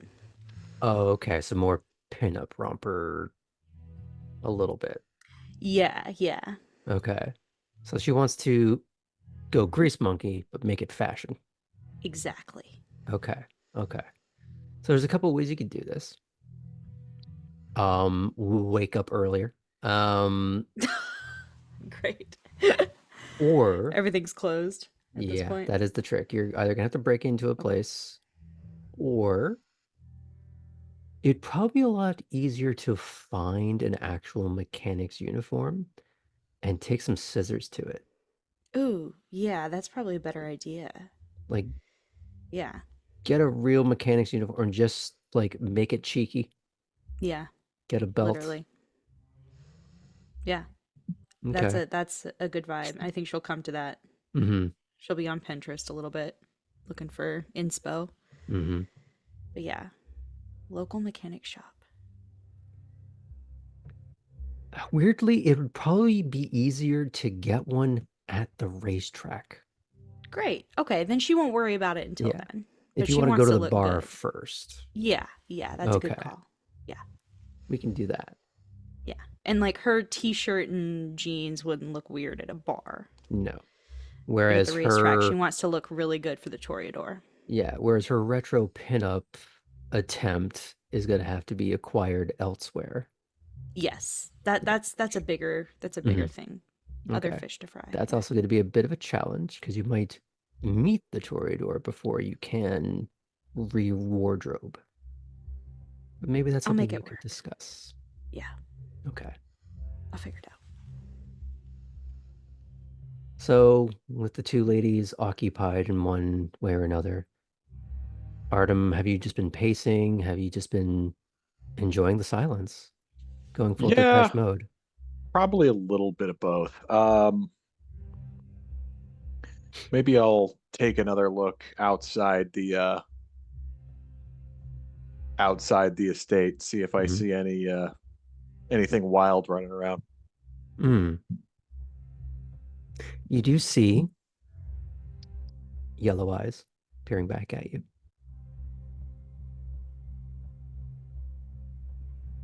Always watching. Mm. Do you approach or just try and let that go? Yeah, maybe he'll approach. Mm-hmm. Is this these human eyes or are they something else? They're too far apart to be human. Okay. Especially as you get closer, the pupil distance kind of starts to make more sense as this is not a person.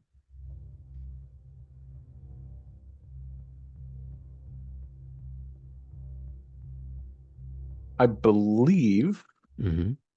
with my one dot in animalism, I can Mm-hmm. speak to animals.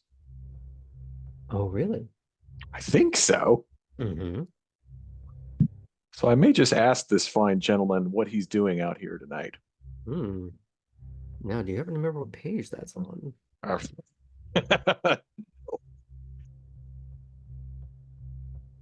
But I can find it. Feral Whispers, I believe, is the one you're going for. I believe so. On page 129. Is that the one dot? It is the one dot. Yes. Hmm. Now, do you want to tell our viewers what it is that power does? Well, basically, it just gives me the ability to communicate with, I think, any animal. I don't think it Mm-hmm. has to be a mammal. From any, from anyone else's perspective, it sounds like I'm just like, if it's a cat, I'm meowing. If it's a dog, I'm Mm-hmm. barking. I just sound like an insane person. But So the fun thing is that it has nothing to do with you making any kind of sound. It's no, more telepathic, empathetic. You are exerting a certain amount of will in their direction.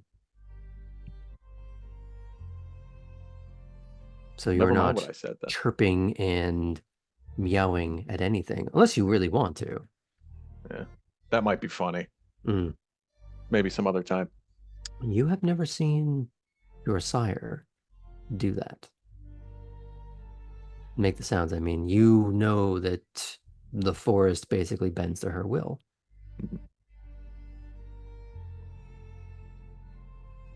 So you are attempting eye contact to establish a connection. Now, you don't need to roll anything until you issue a command. So are you trying to issue a command or are you just trying to communicate?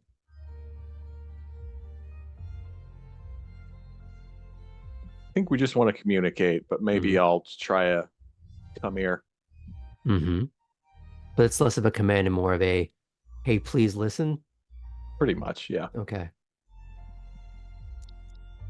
So you notice the eyes kind of go a little tilty, the way a dog would tilt its head at you when it's confused or amused, a bit of both. And slowly, out of the darkness of the brush, this rather oversized black dog starts to pad towards you. Is it Orion? It looks like it. He didn't have a collar and no name tag. So this looks like the same animal as far as you can tell, just as unidentified. Maybe he's chipped, you don't know. if Artem even knows what that is. He might not. So you're just trying to get this animal to walk towards you, and he eventually does. But it's definitely not a command and more a case of, and it slowly begins to circle. Hmm. It recognizes you. He recognizes you. And he sits down, sort of like leaning back on his haunches. It's not aggressive, it's not suspicious, and more just a case of, we're occupying enough space together. I don't need to be cuddled up next to you. It's just, this is as comfortable as he seems to feel right this minute in terms of investigating someone.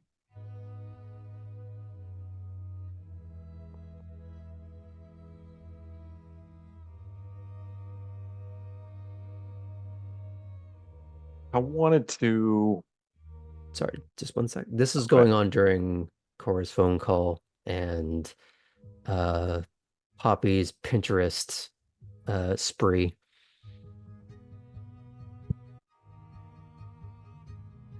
I wanted to try to ascertain if he's like specifically watching Elysium or if he's just hanging around.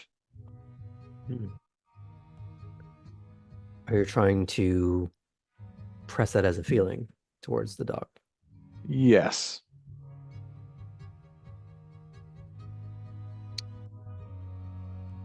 You again see the dog tilt its head in that confused way. And you just get a sense of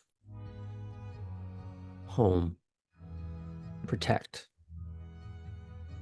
kill. Good boy.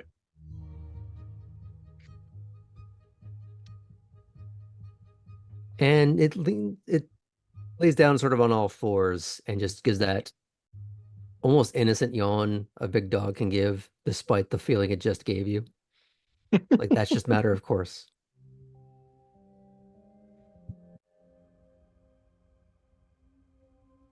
Could I maybe get him to tell me if there are other like concentrations of animals around this area, what direction they'd be in? It doesn't really seem to know how to answer that question. He sniffs and looks around. Just you get more the feeling of look, hunt. That makes sense. It's like, why are you stupid? Why do you have to like that? That's kind of the like, why can't you do?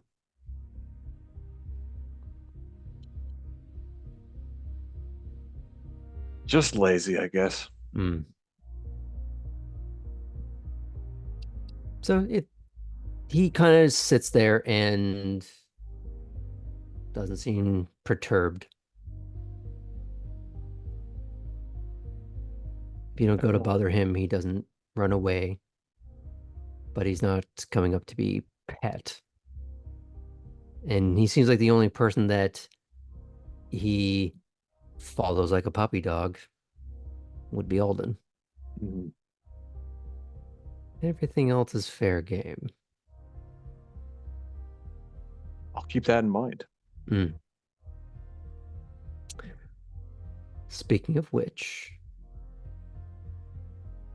you see him walking around the back of the house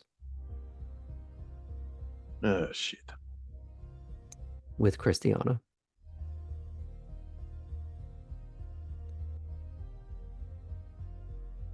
Seems like he's wearing, if not the same pants, that a very similar style. No jacket, but a vest and dress shirt with the sleeves rolled up.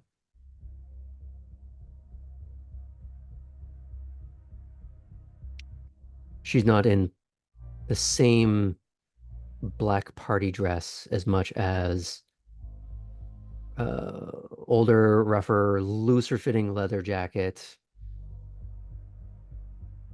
jeans, and kind of a plain top. And she's kind of shaking her hair out from, you presume, a boat ride.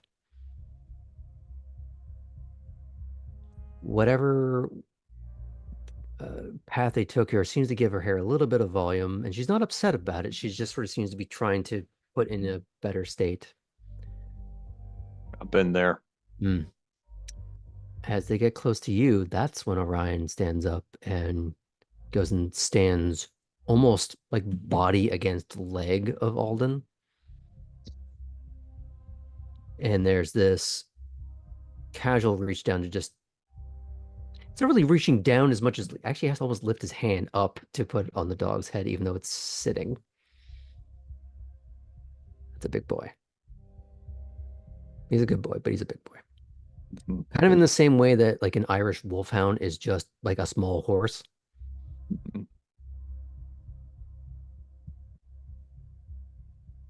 I guess I'll walk up to them and say, evening. Well, for once, she was eager to go. And she kind of gives him a little bit of a, like, don't embarrass me, Dad kind of thing. Shut up, Dad.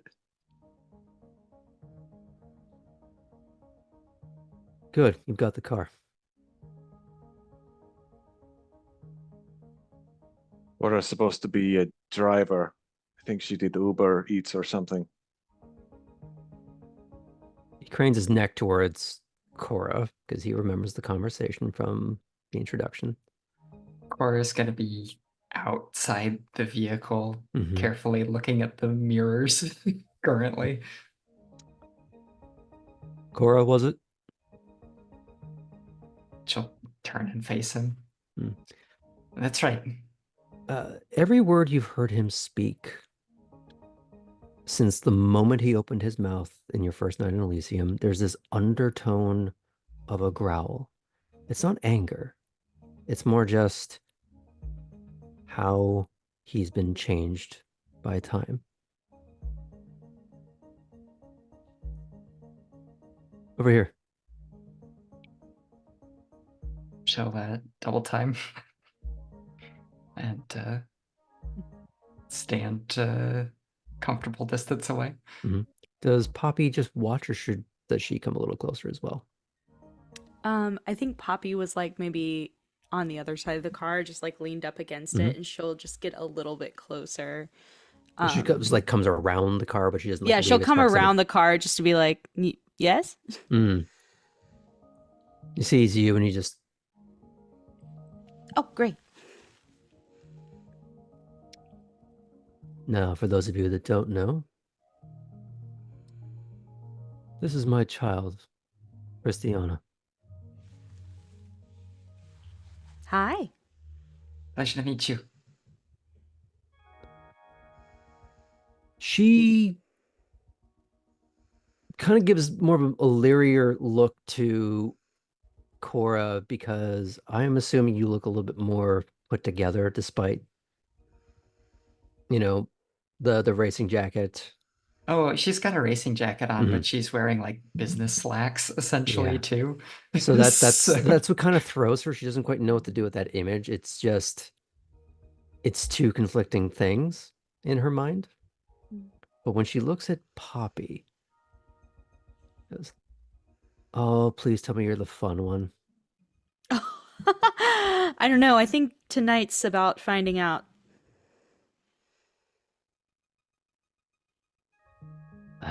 Okay. Okay. And she just shakes her hair out again, trying to get it a little bit better, but it's definitely got some more volume than maybe she was intending.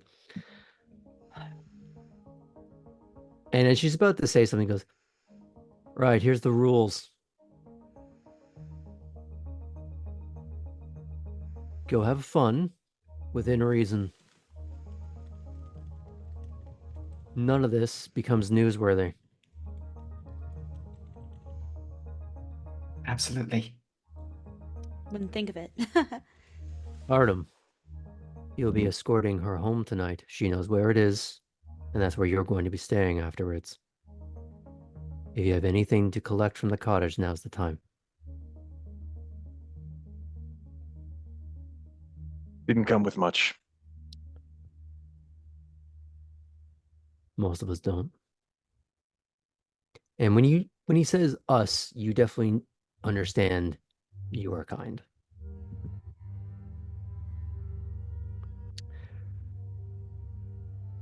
He looks to Christiana. I assume you have a place or two in mind. Oh, fuck yeah. And she's already kind of walking towards the car, just eager to go anywhere else.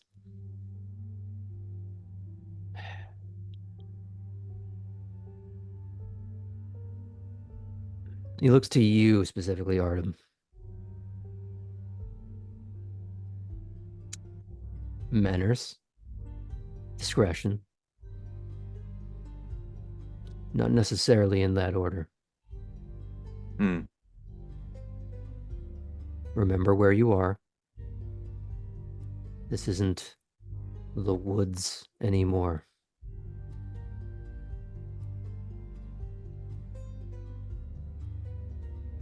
It's much worse.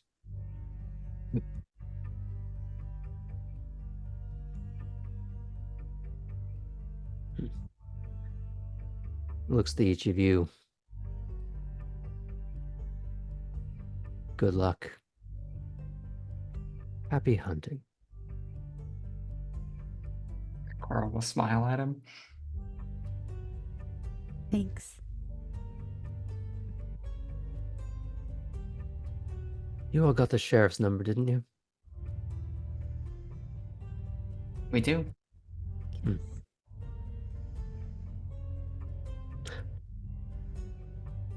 And he leaves it at that, and he just walks away. Poppy will like look over at Artem like as soon as he turns around, just like, what was that about the sheriff's number? We have it, which is great. Is there something? Don't use it. Sorry. Don't need to use it. Okay, got it. Great, good. And as Christiana's grabbing the door handle, like, we're going, right? Yeah. Where's the first stop? And Cora will walk over to the driver's seat. As you all pile in, and she buckles in, she goes, okay, weird question. Do any of you actually have money?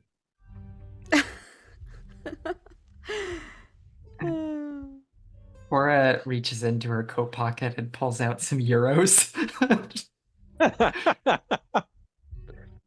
I would actually imagine Cora, through the guidance of those in her life, would have at least gotten some actual Yeah, that makes American sense. currency. She would have stopped at an exchange. Yeah. I know cash isn't super in fashion here, but That's good. I might need to Venmo you if that's okay. Or Cash App or We're not sponsored. not sponsored. Not sponsored. Just yeah, I'm a little short on cash myself, and you know some of these older bars might be cash bars, so you never know. it's fine.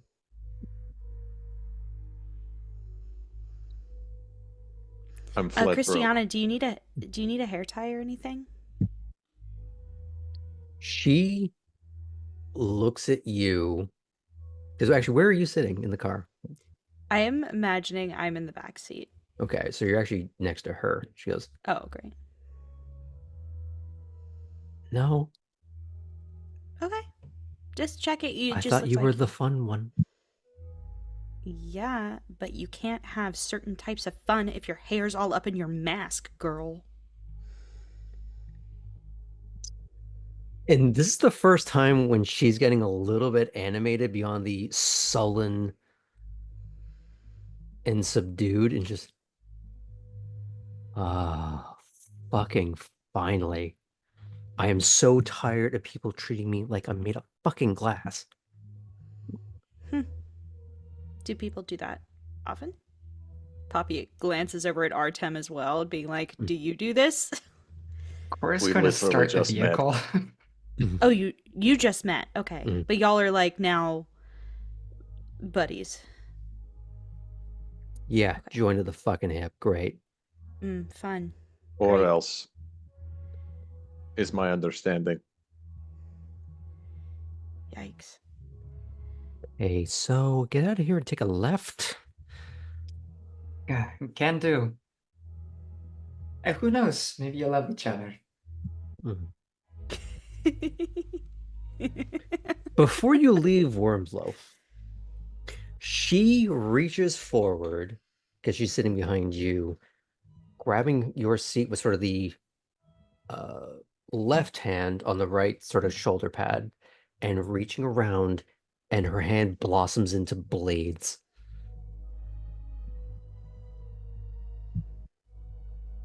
No? Now I'm fucking hungry again. And she leans back and she crosses her arms, trying to just shake out the impulse that she just had, that she had no real control over, beyond just, I want to rip something apart. Cora is gonna not look back and Mhm. just say very quietly to herself, okay.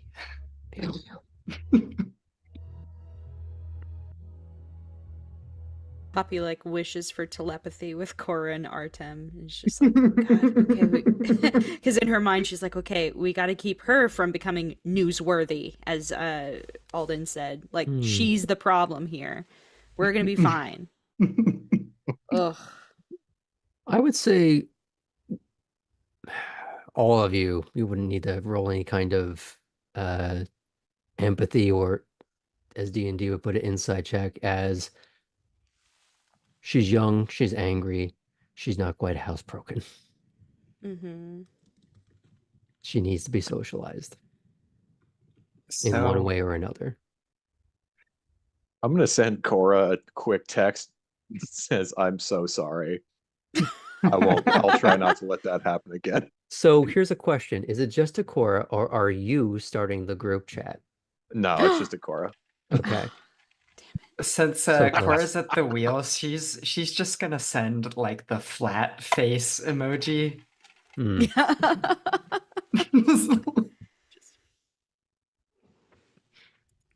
Okay. Any other thoughts before we are formally on the road? Yeah, I don't know if Poppy would have had this thought, but Cora almost definitely has one or two actual mechanic suits of hers. So Oh man, Would you would have Poppy voiced have that? figured that out? Hmm. You probably saw me scrolling against the car. oh yeah, maybe caught what Okay. you were trying to look at. Yeah. Yeah, then I would have retroactively Mhm. offered.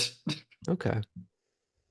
So to make this a little streamlined, you can, while you were waiting, I've at least gone back to the house real quick to uh got her one. And because you're a fairly sprightly uh person yourself, Cora, your mechanics uniform is probably not like, oversized overalls, but it's at least something that she can work with a lot easier. Oh yeah. Now, do you mind that she's going to be ripping it up? Well, I've got a couple, so I Mhm. can lose one. And Mhm. it can It's be your like messiest one if you want. It's just I have a vision.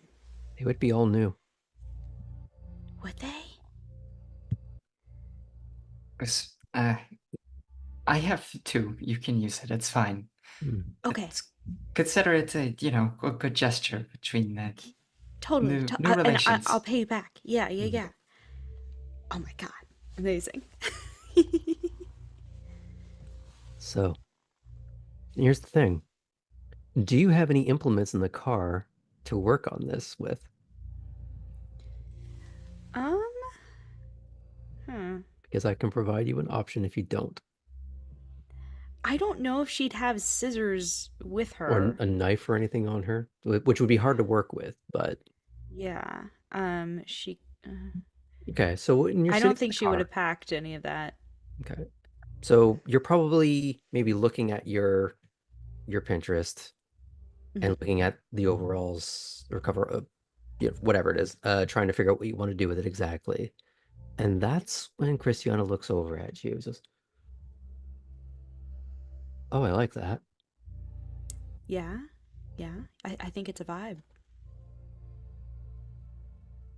And she actually unfurls his hand that it's still just she hasn't quite managed to correct it.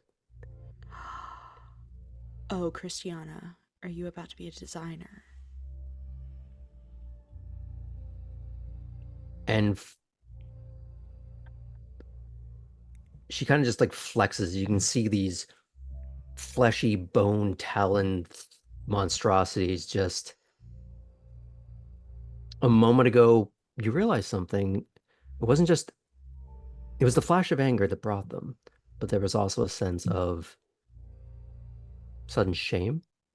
Mm-hmm. And she kind of flexes them a little bit. Show them where to cut. You got it. Oh my god, amazing. And she'll show like exactly like where she wants her to lacerate the fabric. Mm. Cora tries to ensure not to make any quick movements. Okay. It's okay if it's rough and ready. I think that's part of it. Oof, title of your sex tape. I know, right? And Christiana says that. Poppy says, been there, done that. Well, performance art indeed. Maybe Kate will have different opinions on it now.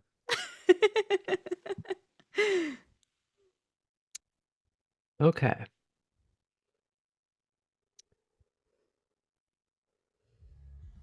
From Wormslow, you are immediately guided on to Whitefield, and then a right onto the placid greenery of Harry S. Truman Parkway. We've been there already this evening. It takes you roughly 25 minutes at full highway speeds to even begin to see buildings as you sneak your way from the remoteness of Elysium's secluded grounds, further solidifying, perhaps, the intent of why it is housed where it is. Even as you begin to enter civilization, you can see the faintest outlines of Hillcrest Abbey Cemetery before you swiftly breeze through Blackshire Forest until finally, you loop off the highway onto what eventually becomes East Bay Street. You may or may not be passing a car parked in the brush from earlier. This is where you get your first full sight of a truly built up area. You roll by City Hall on your right before you take a sharp turn north, then another turn right, slowly plodding east on the cobblestones along historic River Street. For Poppy, you would clue in rather quickly to the revitalized, vibrant area your Primogen had mentioned to you as you drive by the planned Riverside District development. A rejuvenated industrial space turned into a hybrid of art and entertainment, only for Christiana to guide you all right past it. Directly across the street, you can see the older, more faded facades of buildings that likely have stood a century, if not more so. She directs Cora to a parking lot in front of a series of kitschy little gift shops. Getting out of the car, she's almost bouncing as she leads you across to the south side of the street. And importantly, she's put away the steak knives.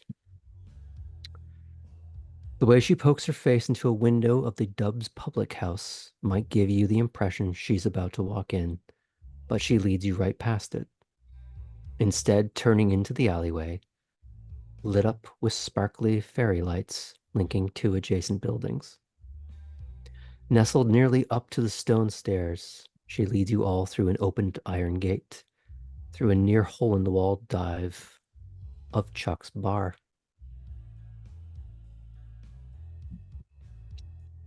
And as soon as she enters, you hear a voice from the back of the room as a head sort of shoots up. Hey, you made it.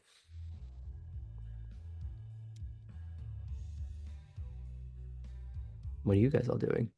What does this voice belong to? Yeah. Who? Not one you know. Okay. Is there a party happening of some It's sort? just a bar scene.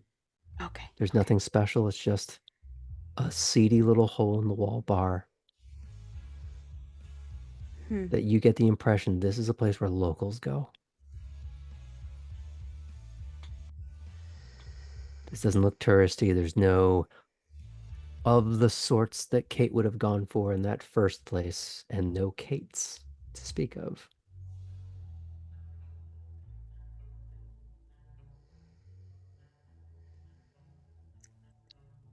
Well, this is something. Will this suit your needs? And she'll like kind of lean over towards Artem and Cora conspiratorially. Should. Mm. I'm not picky. Oh, good, good. That's Cora's gonna shrug, and then say very quietly to Poppy, as long as it doesn't cause any holes in my jacket, I think I'm all right. fair. It might look a little rustic and a little ramshackle and very divey, but you don't get the impression this is a rough place. It is a dive bar, but in a just comfortable, homey kind of way. Is there any music playing? I would say that what you're listening to right now, Oh, well, that makes sense. it's more of a grunge rock kind of thing, but Okay, kept cool. it's not quiet. You can Mhm. have a conversation, but it's also not going to be deafening. Got it. So if you needed to lean in and whisper to someone, you can and very easily have it hidden. But if you Great. wanted to talk at a reasonable volume, you could find a way. You don't have to shout yourself hoarse. Got it. Yeah, we can turn it up a little bit if you... no, that's fine. Thank you, Sam. Our producer's like, yes, we're playing music, dang it. How dare. Amazing. Perfect. Great. You can turn it just a tad from where it is right now. Okay. Christiana has abandoned you lot for now. Less of a I'm escaping them and more a case of, oh, those are my friends. I'm gonna go say hi. Mm-hmm. Do I happen to recognize any of her friends from Elysium? Hard to say because you were a little busy It's true. and the crowd was thick with people and faces and viscera at one point. So unless they were directly talking to you, I'd say it would be a little harder to clock them. Okay. But you also get the impression she's a little cloistered. So that might weigh on your calculus a little bit. Mm-hmm. Do you go over and say hi, or do you kind of keep to yourself?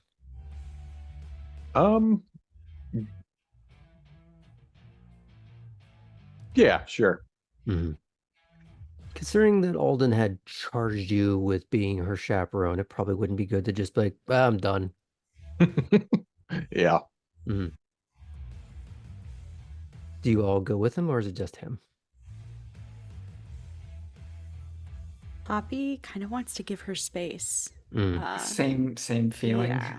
I think I she'll gotta like try to find a two-top or something for Cora and her, maybe, if you want. Sure, yeah. I was thinking maybe we could start a game of pool or something. Yes, great idea. Okay. We'll come back to that in a second. For Artem, you go over and make yourself known. Yeah. There's two, but one's a little more reticent. Blonde jacket, one with a little higher collar, and he's kind of just elbows on the bar top. And he does turn to your direction, but he's not as open and jovial. He kind of nods in your direction, but it's a little like, okay, hi. But there's maybe a little something else there that you don't quite know yet. Mm-hmm. The other man with a slightly more wild tangle of darker hair, well-kept goatee, and again, another perpetually like wet look leather jacket. Hi, man. I'm Harlan. And he reaches out and shakes your hand. Yeah. Takes it. Artem. Yeah, I saw last night, man. You had a rough go. Was a messy one. Yeah, well, it could have been a lot worse, I think. Suppose. Oh, and this Good, sourpuss over here. Yeah, this is Lewis. Hello.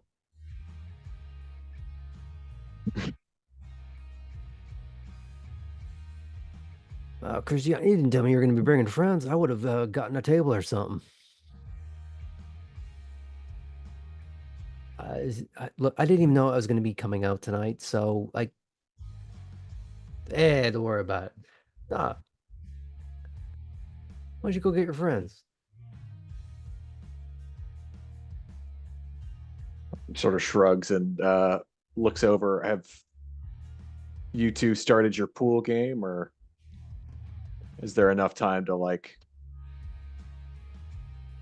beckon you? Up to them.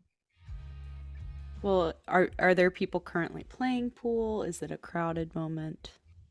Do we think? It's not overcrowded, and there's more than one pool table, so you could be starting to rack up. Yeah. That makes sense. We haven't commenced, but we're in the initial phases. For sure. I think Art seeing that, Art's gonna be like, I'll let them start their game. Meet them later. So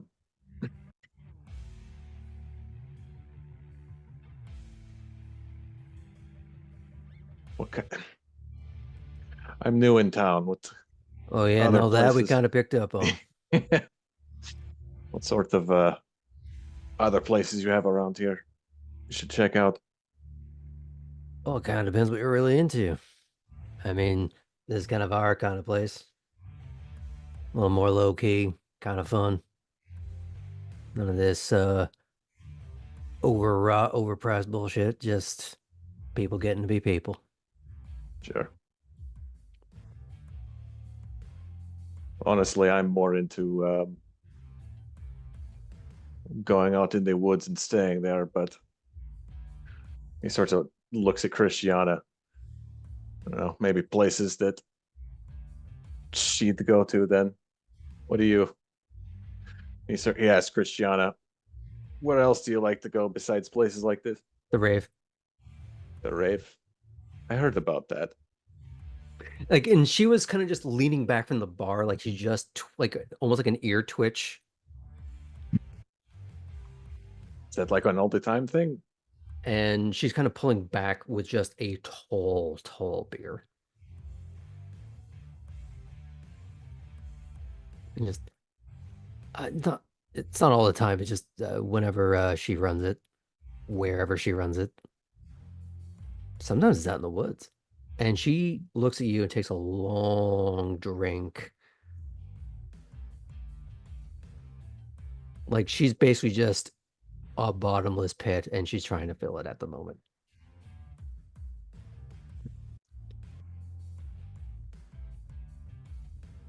Well, I'm guessing Alden doesn't like to go out. That I suppose we can go and never know, huh? She kind of looks between the two other guys and she looks at you like, you want to go to that? I can't even get Harlan to go. Look, man, it's just not my scene. After about 15, 20 minutes, my eyes want to fucking froth. I mean, I'll try anything once. What kind of what kind of stuff happens? I assume it's not just a,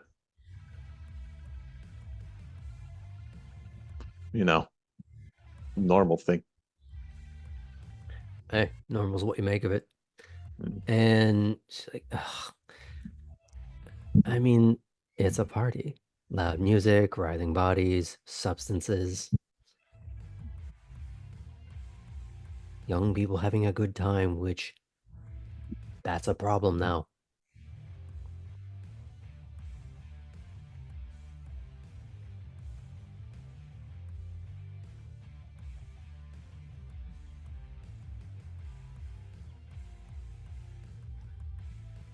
I'll try anything once. Anyway, Oh no, she's just like my guy. good to meet you too. I'll sort of head back over to Cora Poppy. Don't be a stranger now. And you kind of overhear as you're starting to walk with like, hey, go on the track later, or and that's kind of where your hearing fades off. Why, yes, we are. We'll see if you get there. Because here's the thing. It's 11 o'clock for me, and you guys still need to have a meal. So let's look at that real quick. So I assume you're going to rejoin your friends who, during this time, do you have any little banter while you're playing pool?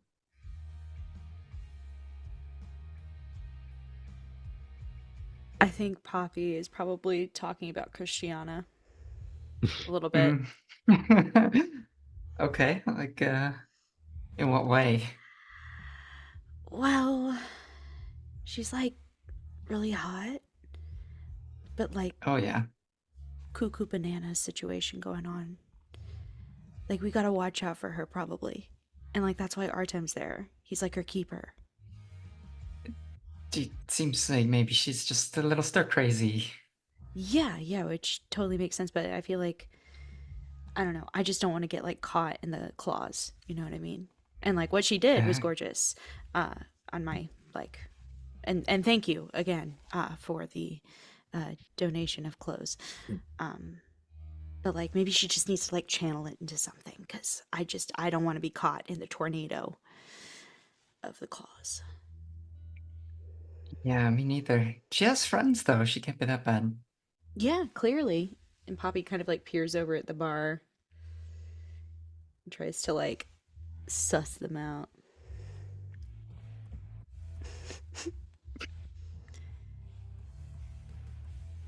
I just I don't want to play babysitter while I'm here, to be honest.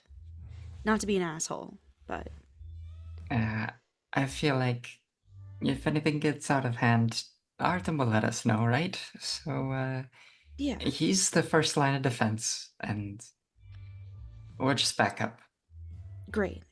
I'm okay being And in the backup. I think meantime, that's fine. have you spotted anyone interesting? And Cora's been kind of trying to keep her eyes out in the bar to see if anybody's been checking them out while they're playing pool. Yeah, you got a few people who are kind of looking in your direction. It's a bit of a spectrum. As what may or may not have been conveyed is that historically this is a gay bar. Oh, thank Well, goodness. But it's also one of those that's just everybody's welcome Mhm. as long as you're being chill about shit. Cool. So you will find people hitting on every part of that spectrum.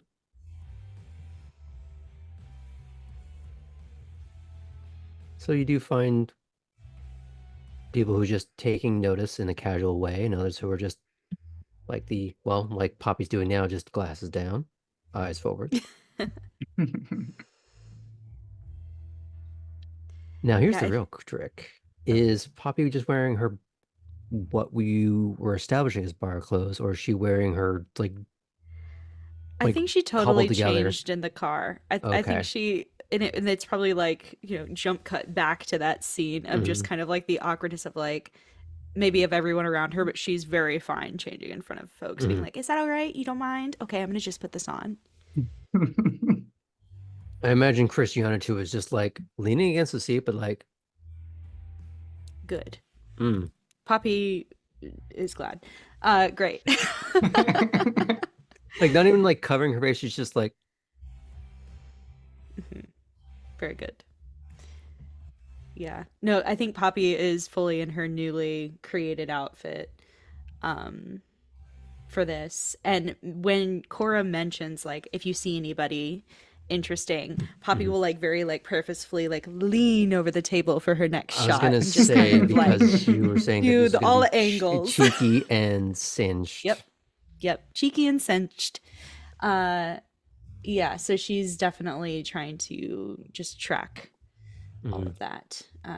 You get a few admirers. Very good. Um, Now, do you try to reel anyone in from a distance, or are you waiting for them to approach on their own? Um, I think she's very much looking for somebody more on the femme side of gender, Hmm. to counteract perhaps some nasty memory Mm. at the moment. Yeah, so she's looking for the complete opposite of a person. Ah, okay. Are we looking for dainty or just Yeah, like dainty, feminine, mm, um, somebody who not I'm using the word on purpose, but is demure, like demure as like a vibe. Somebody who's maybe on the more soft spoken side, perhaps. mm. A less bold person. So less bold? So does that mean you're going to approach them? Yes. Okay. So in the meantime, you do see whoever you walk up to. Okay. As you're walking up to that person, you do see a guy sort of being sort of just shoved by his two friends, very obviously college age, not smashed drunk or anything like that, but just kind of being shoved in your direction, who's just nervous a little bit, but also like a little bit of liquid courage going on. And no, it's not the same guy from the other bar. That would be crazy. He's in every scene. Just getting destroyed by everyone this whole night. He's Oh just, I'm leaving no. town. But as he's sort of being urged by his friends in your direction, like, yeah, go talk to her. Come on, man, you're good, you're good. And I presume you just walk on by. Yeah, it's totally that scene in the movie where the Mhm. person just walks to the person right behind them. Yeah, he's just getting shoved in that direction. Just he's about to say something, hands coming like, hey, and you Mm-hmm. just waft right by him as you walk up to someone maybe a little mousier looking who uh, more just like simple jeans, like a simple uh maybe not a sweater, but like a long sleeve top that she's rolled up to her elbows. Little mousy, um, not pigtails. What's like the double braid ponytail kind of thing. Just Mm-hmm. that sort of ruddier brown. She's just, it seems like she was there with some people, but either she got left behind or she peeled off by herself. But she's got some rather fruity concoction that she's drinking. And there was a moment that you would have caught her just, well, she was demure. And then she kind of saw you as you're leaning and just going like, I hope this doesn't awaken anything in me, kind of that moment. Oops, it will. Great. Her Pinterest is all just art and cosplays of Rosie Riveter. She doesn't know why now. Mm-hmm. Excellent. I've come here. Excellent. So you're approaching her? Yeah, I do. Is she on the edge of things or kind of in the middle of the room? More on the edge, kind of like where the bar meets the wall.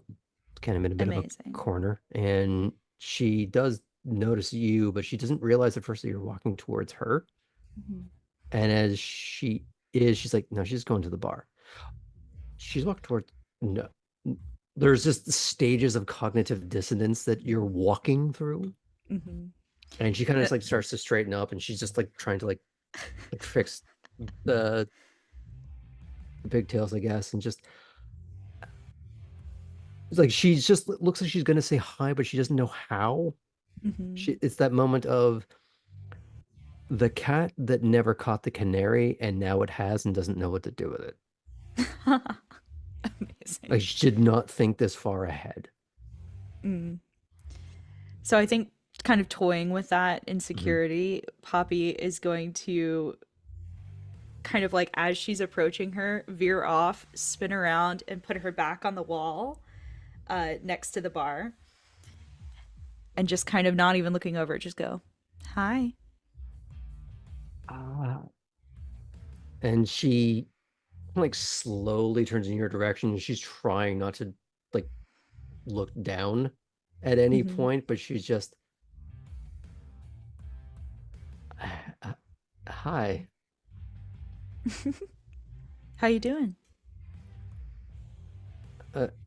Good, you? Good.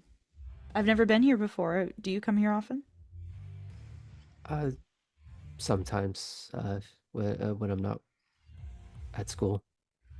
Oh, you're a student. A lot of students in here. Oh yeah, I guess that makes sense. And Poppy kind of like scoots closer by way of just kind of leaning to look. Mm-hmm. What do you study?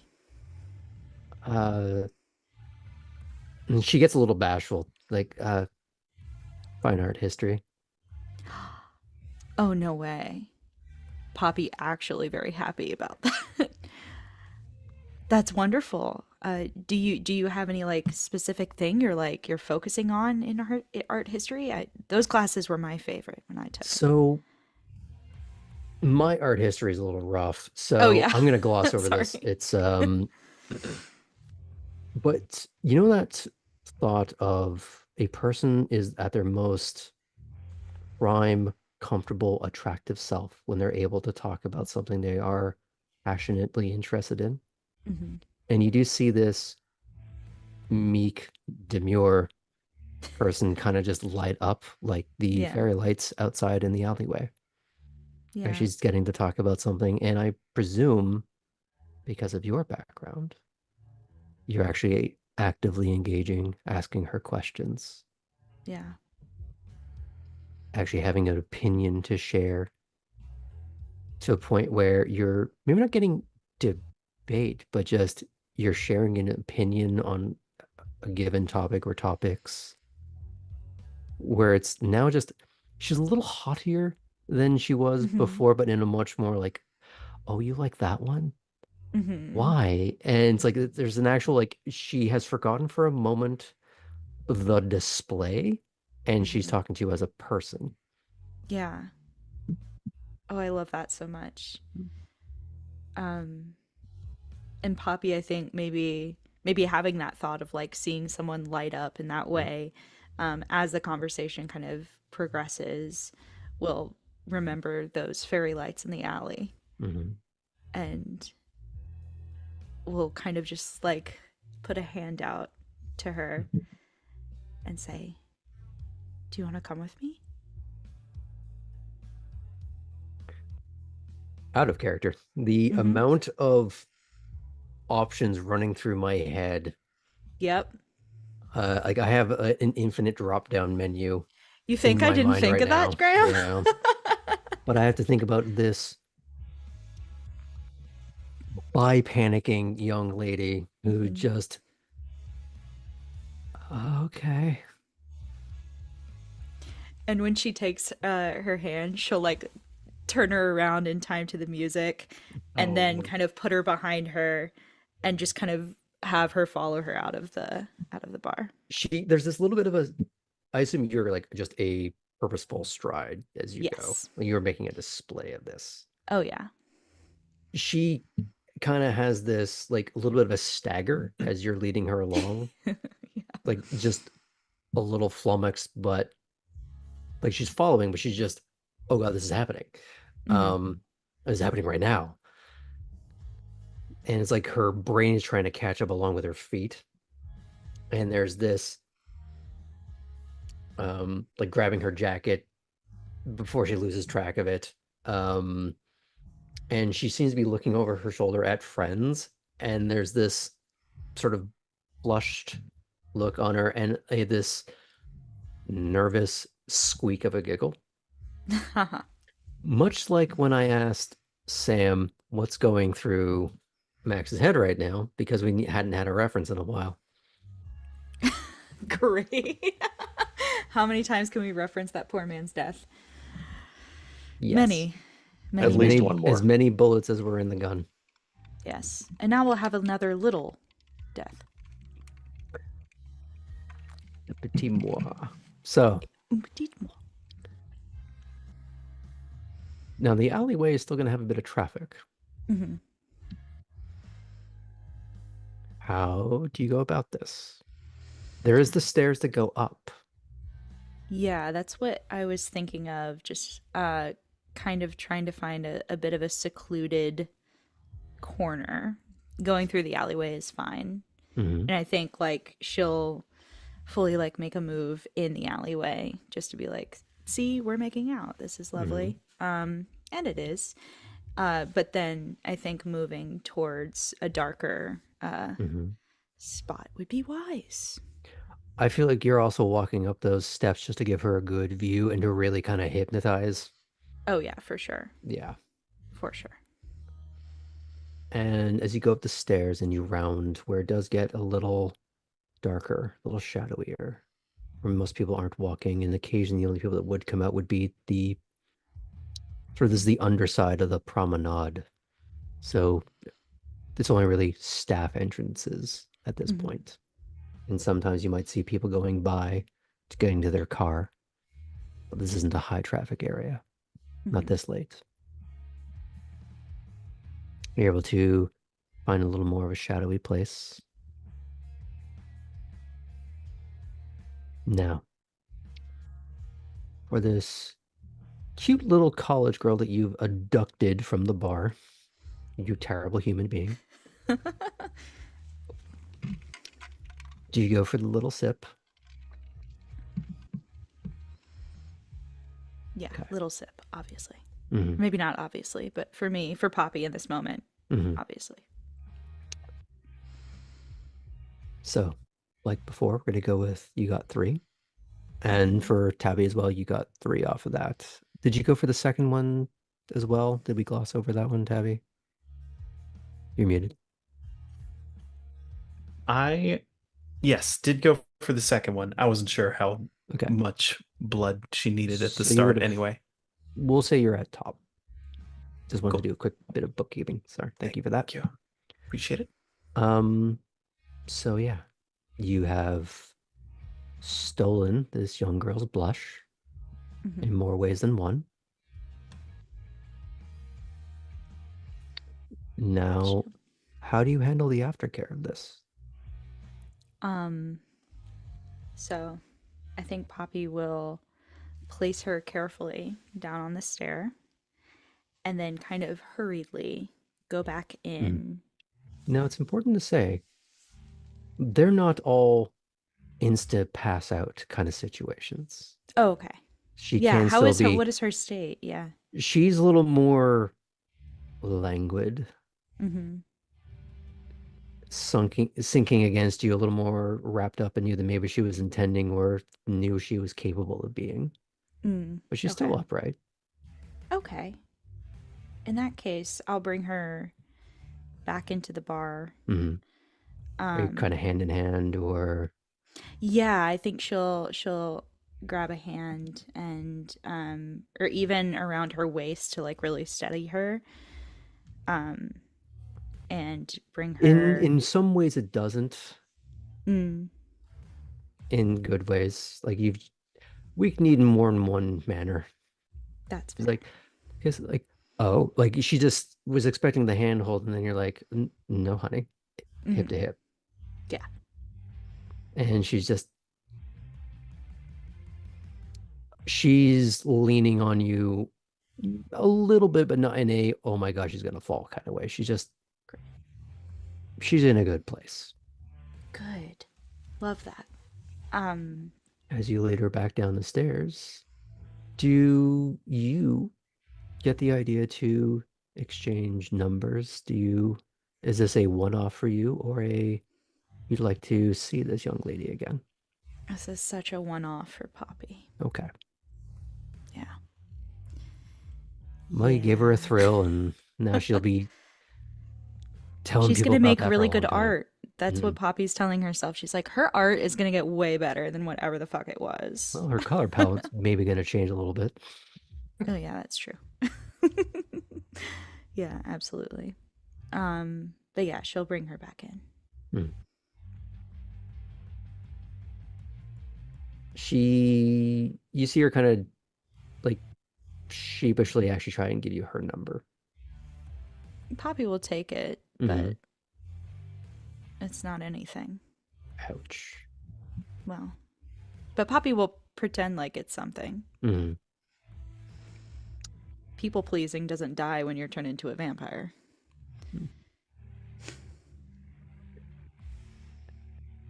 As you scuttle her off, she does go to see her friends, and she kind of gives you a few like trying not to like not waving or anything like that, but there's just like a little bit of eye contact, a little bit of blush, and just there's some giggles with her friends a little bit. Not like, oh my God, I totally just banged that girl, but just a, where did you go? Trying not to look in your direction, looking fully in your direction. And they're just, Perfect. oh, there's a little bit of cheek in more ways than one with that. Mm-hmm. Okay. Cora, Hmm. how are you going about this? Your Yeah, bait I've is been less thinking about obvious. that. Um, well, once Poppy walks off, maybe I'll use that an excuse to try to join someone else's game. Hmm. Um, and go from there. Walk over to another pool table. Uh, say that I've lost my partner. See if I can get in. Oh yeah, we're kind of uneven. Bill's here looking for another shooter. And they're like early 40s. And they're just here at the bar. They're not like how did Jeff Winger put it? Hungry monsters feasting for young flesh. They're at the bar. Cool. If anything, maybe Cora's just gonna have a nice game of pool. Mm, But but yeah, she'll go ahead and start playing with these guys. okay. Do you start chatting them up in any way? Do you For sure, yeah. Ask if they're locals. Yeah, you get the impression they've been local for like 20, 30 years at least. Maybe not have grown up here, but formative here. Ask Um, if is this your regular haunt? What other kind of places do you hang out at? Where do people go around here in Savannah? Like, not just the tourists. I mean, it depends what you're looking for. I mean, some of the locals like to go to Pinky's, one of the oldest bars in town, but uh, it kind of comes and goes on whether or not it's more divey or kind of kitschy looking. Um, don't ever go to the pirate bar. It's bullshit. Uh, some of the rooftop places are kind of nice if you're just kind of looking for a view. But That view is always good. yeah, like what kind of stuff you're looking for. This is Bill. Like the other two are kind of doing their shots, so Okay, yeah. he's a little dad bodish, Okay, a little bit of a graying beard, but like well kept, but just a beard. yeah. Bobby. No, that was Helena.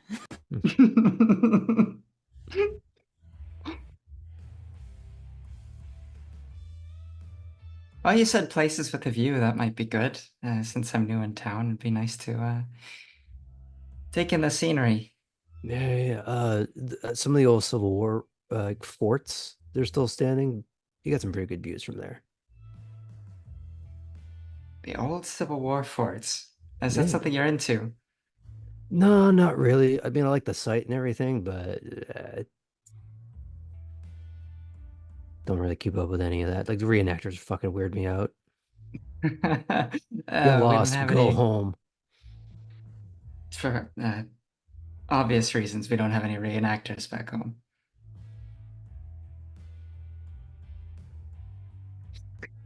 I'm gonna step out of character for just a moment and think, is she meaning Italian or German there? Why not both? Because that gets dicey. Love that. Just back.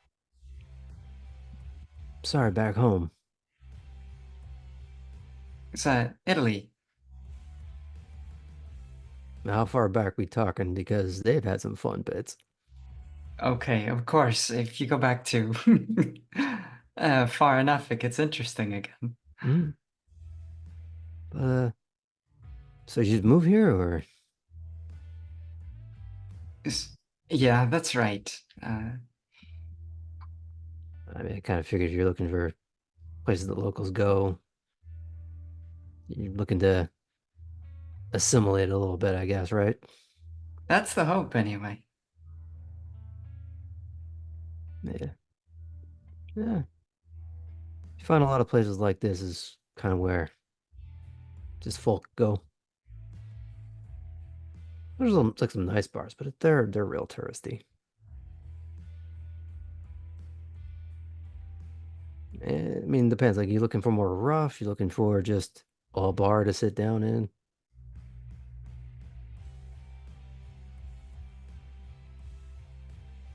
Because I like this place. I can tell. It's got a good vibe. Interesting mix of people, too. Mm-hmm. Did you notice the walls? And he kind of angles his head, and most surfaces seem to have a dollar bill glued, taped, stapled, nailed to the wall or any other surface. And they're all signed. That's interesting. Yeah, kind of a local tradition. Kind of started when nobody famous really walked in here, and that was great. So what people started to do with a tip was they would write their own name, doesn't matter who you are, on a dollar bill and just nail it to a wall.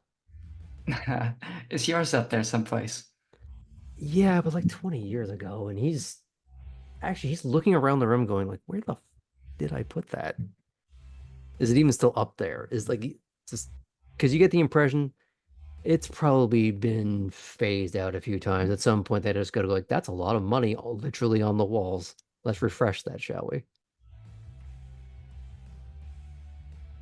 Probably due for another one at some point.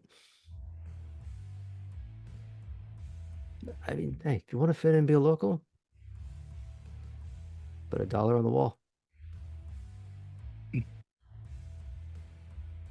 Come on, I'll show you a good spot. Easy. All right, yeah, I'll follow. Um, it's nowhere kind of seedy, but it's more just one of the slightly more alcovey spots where because it's a Thursday night, it's less packed. You can actually kind of get to a space without having to like crawl over anyone or ask them to move. And he goes, not many people use this one, and it's one of the booths that just at the moment isn't really occupied. And he's a little stout, and you kind of just see like just the thick arm kind of point. If you can probably just like stand up on the booth or the table and kind of just put one up there. If you got like gum or anything. Yes. Yeah. Could you help me up there? Oh yeah. And are you looking for him to kind of give you like the two hands under a boot kind of look, or just to steady you? Yeah, just steady me as I Yeah. get on over. Okay. Yeah, he just helps you out as you require. Like he's not seeming like eager to reach. He's just there with his guys. Excellent. uh, so Cora will actually go through the process of putting her name on $1 on the wall. You would find pens and markers all over the establishment exactly for this reason. That's awesome. So yeah, she'll go ahead and do that. You said it's a little alcovey here. Mhm. Would I be able to get close enough to him on the way back down to just take a sip? Yeah, if you're quick about it. Okay. Like if you want to sort of like, oh no, I'm falling over. Oh, I've fallen over Perfect. again. All right. Then yeah, we'll do it that way. You don't always need to have a beautiful connection with someone first. So, and he's been quite a gentleman. Mhm. We're just gonna give him a thrill. Yeah. Yeah, if you want to be quick about that. Or Mm-hmm. Mm-hmm. I don't know. He might just be a good guy to know. Might be good to know Bill. All I can hear in my head is Bill Nye the Science Guy. Bill, Bill, Bill. Maybe. You don't know? Yeah. Of course not super hungry. You just need to drink Bill immediately. Hmm. You're just gonna chat with him for a little bit? Yeah, we're just gonna hang out. Okay. Yeah, if you just want to chat with him for a while, kind of get to know who he is a little bit, if he tells you a little bit more about little bits and pieces of the city. Maybe nothing entirely relevant right now, but it seems like he at least knows what he's talking about a little bit. Doesn't seem like he's trying to impress. You asked him a couple of questions, like, yeah, okay, that. Groovy. Just a chill older dude he's just there to play pool. He's just there to be a dude. And Yeah, I respect Bill's decision to just be there to be a dude. yeah, It's pretty rad. the dude abides.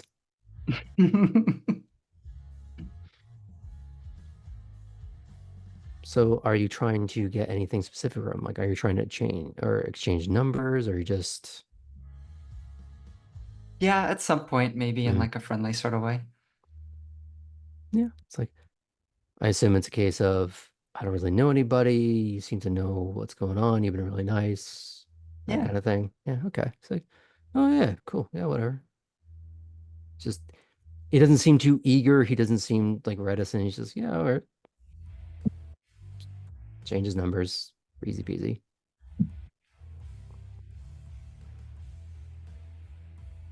And then has Poppy come back at this point? Well, she's somewhere else in the bar, but are you looking to nom on Bill, or are you looking to let this fish go? You know what? If we're still in the alcove, I guess I gotta get something to eat. Let's nom on Bill. Bill, Bill, Bill. Bill, Bill. Okay. Because you're going to be doing this in the bar, there is going to be a roll. Okay. So we're going to go with Dex and Stealth. So we're going to do this at 6 because, you know, it's a bar. I do have celery. You have celery, so that'll add to your Dex. So for those that don't know, celerity is an enhancement to speed. Potence is an enhancement to your strength. Fortitude is for constitution. That would be the best way to think of it. That makes more sense. I heard I have celery. I did said that on too. purpose. That on purpose. And I was like, ooh. Crunchy.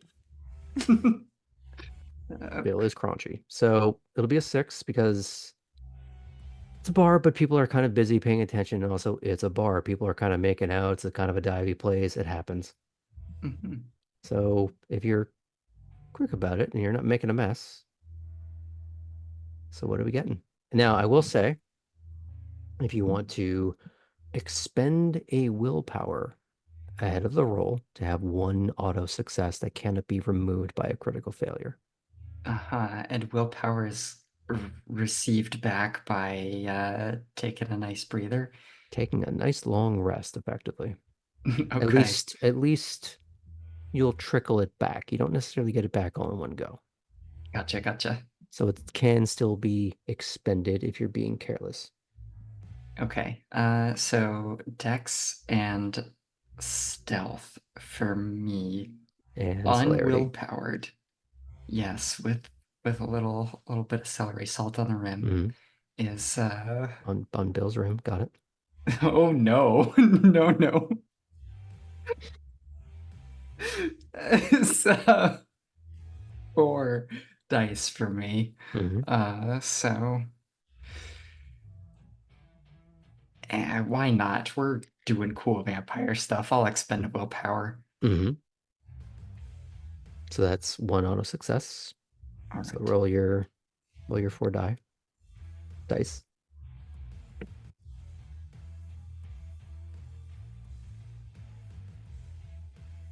Okay, what was my number to hit?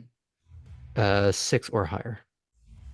Okay, well, I have 2 of these lovely moon critical success style symbols here, explosions. Okay, re-roll those. And it's and I unnecessary. have a 6. Okay. Yeah. No ones? No ones, and another explosion at the finale. So it doesn't re-roll after that.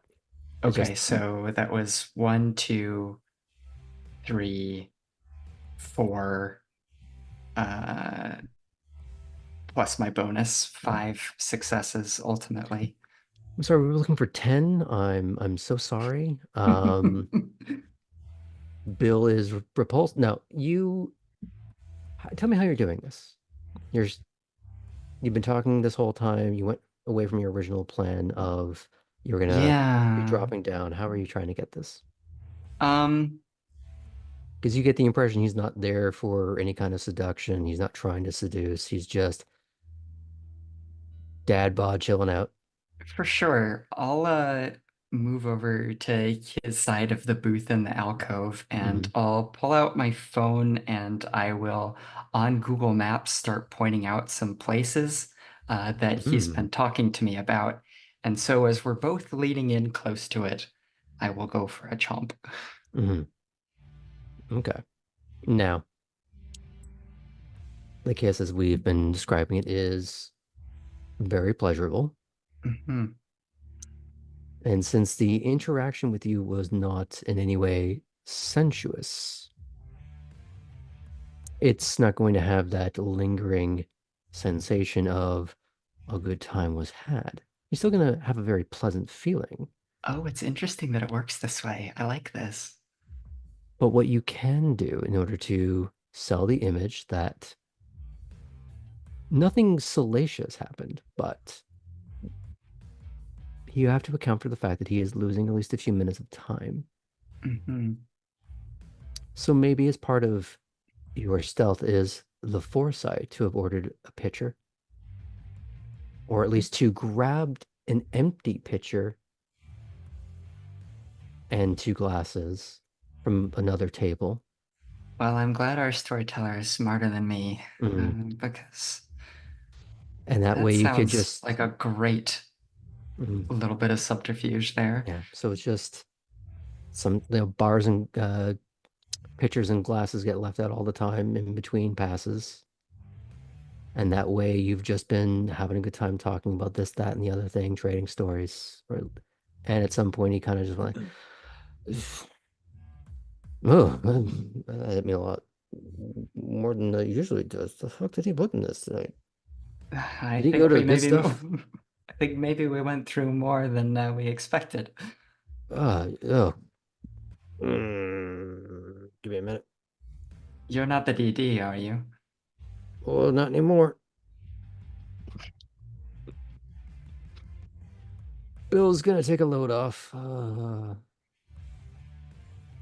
that's a nice table. And he kind of just like leans his head down a little bit and just feels the cold on his forehead. Oh, And he's just, oh, I'm just gonna be here for a bit. And he just, without looking at me, like, nice meeting you. good to meet you too, Bill. And I'm assuming you are filtering back into the main body of the bar. Yeah, I'll head back into the main area. If Christiana and her crew are there, that's where I will go. Okay.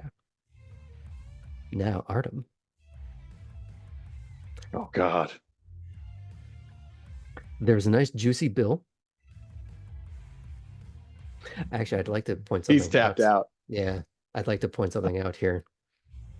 Cora put a bill on the wall and a bill on the table. That's what I'm I saying. did. Bills all around. I'm making it rain. Bills just everywhere today. And drink your bill. I don't know. Put it on my bill. I'm paying for Poppy's bill here, apparently, too. Bill me. Sorry. Not sponsored. So, Artem. Oh man. This is Artem. a very new environment for you in a lot of ways. How sensory overloaded are you right now, for one thing? Probably pretty darn. He might retreat to a corner at some point and just try to like get used to all the noise. It's a lot.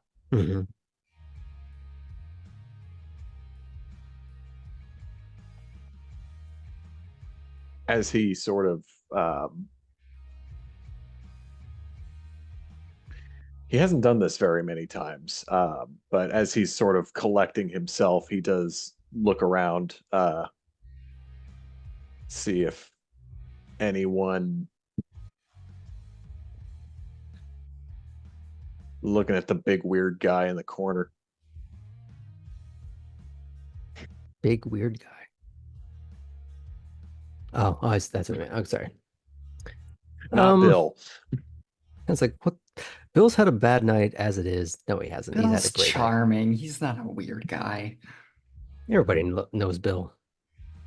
And they will find you if something happens to him. Now, No. Nobody is paying you any negative attention. You get a couple of glances in the same way that anybody would. The only glance you might get is because you're a little like Slav tracksuit star. Are you wearing the actual sweater at this point, or are you down to like the undershirt? Probably just down to the undershirt at this point. Did you leave it in the car or? Yeah, I left it in the car. Okay, so here's the thing. This is very informal. Yeah. So he's a tall, fairly buff dude showing off the guns. Is this an open carry state? For your sake, it better be. Because everyone is invited to the gun show whether or not they want to go. And as you're looking around, you see. Actually, you would see a few scatterings paying attention to the, 6'30" uh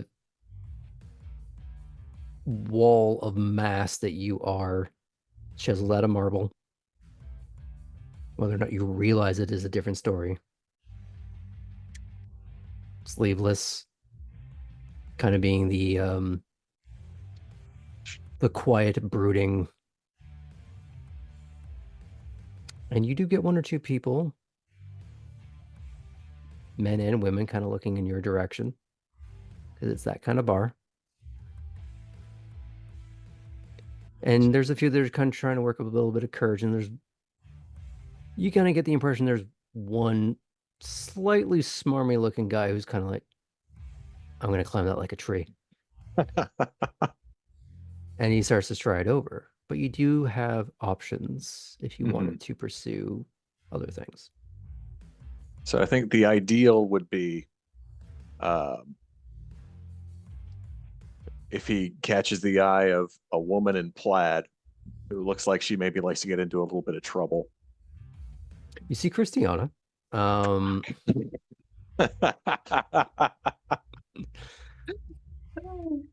You actually do see her, and she is kind of carousing around on somebody's shoulders at the moment. Good for her. It's Bill. No. Oh no, Bill's already, but he's gonna die. He's gonna die great though. We're gonna kill Bill. Where's Bill? But if you can find some plaid-laden lady. Okay. So manages to catch her eye, give her a wink, and then he's going to look around for a bottle or two that would be easy to steal. Now, here's the question. Do you have a capacity for stealing? Well, what's your dex and that's stealth? Okay, yes. It's 6. Okay. Do you have celerity on top of that or no? I do not. Okay. Now, same thing that I told Cora earlier. If you want to roll for this, you can use an auto success if you want to do that route and just bypass the roll at this point because you only really need the one. Yeah. Actually, no. No, you wouldn't. There's a lot of eyes.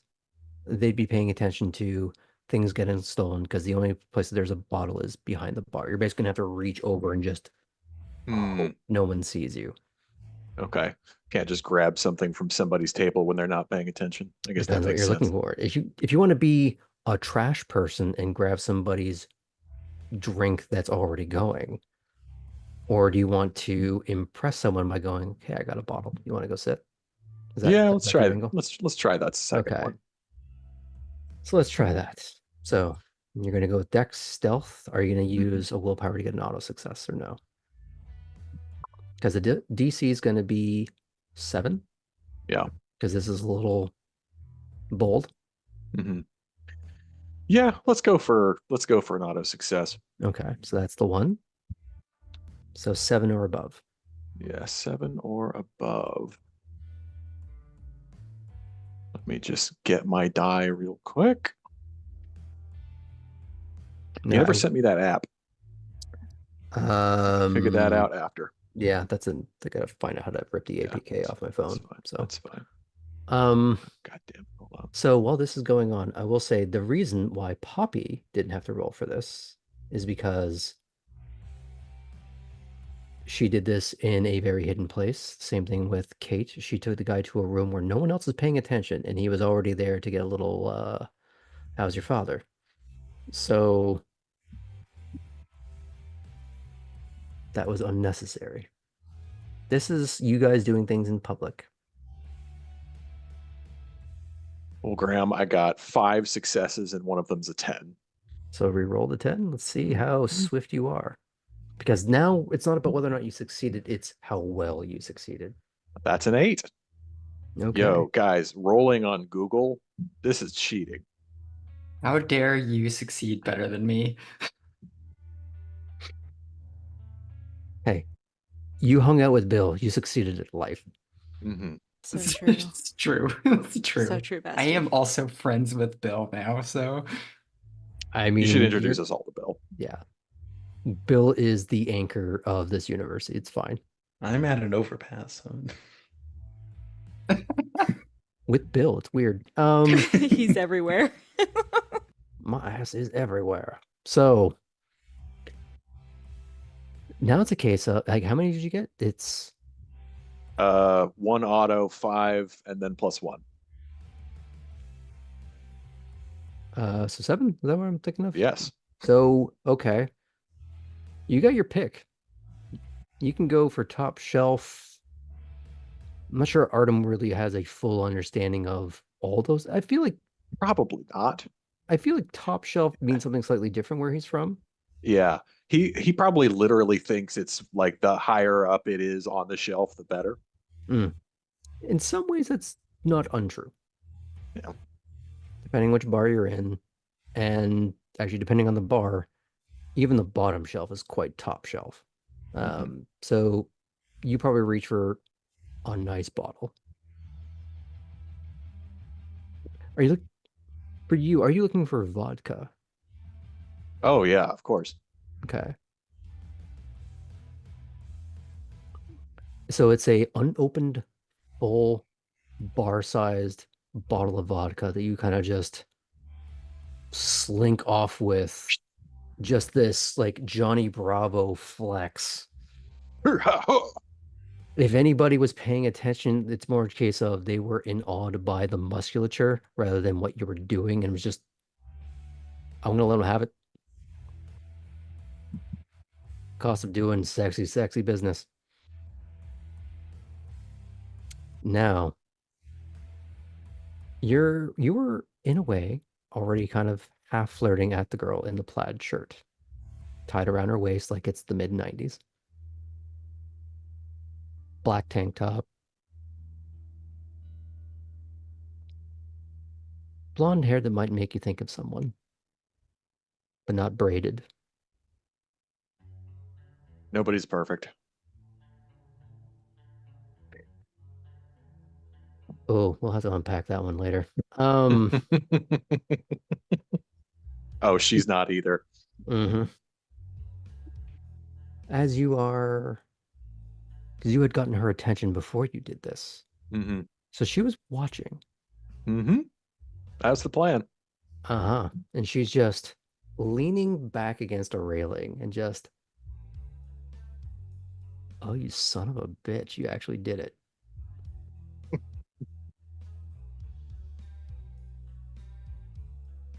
Yeah. So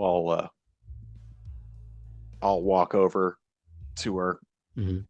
uh, bottle in hand and Mm. just say, "What's your name?"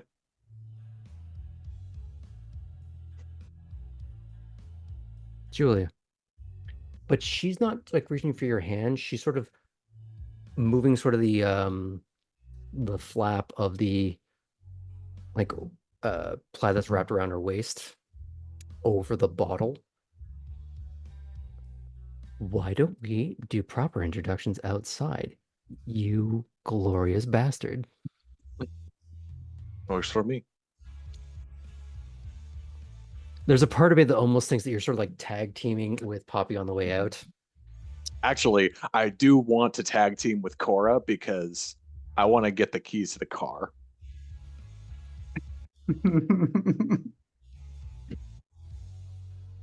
Do you let him have the keys to the car? I would guard those pretty preciously, but you know what? I've been a pretty decent friend to all tonight, so why not?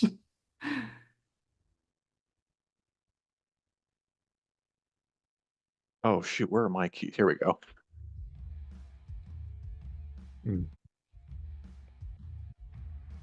Does it mean just sort of like breeze by? Keys? Keys. Perfect. Yeah, we could just do it that way. Mm-hmm. Like a little high five. I'll give him a wink. As you get out into the alleyway, because I assume that's where this is going, steps start to quicken as you, I would imagine, break into a little conspiratorial run, like you're just getting away with something. Gotta get out before they notice, right? She's just laughing as she runs with you. There's nothing much to say at that point. I assume you get her to the rover. Mm-hmm. I assume the windows are tinted and this is going to be Now, okay, so we fairly gotta easy. handle this a little dip. What's the intent here? The intent is to just have a little nibble and then maybe ask for a number. Okay. I imagine his display before he even stole the bottle was already kind of putting her on notice a little bit. And I like to think that the image we're going to fade out on tonight is they may be tinted, but they're going full steam addle Titanic handprint.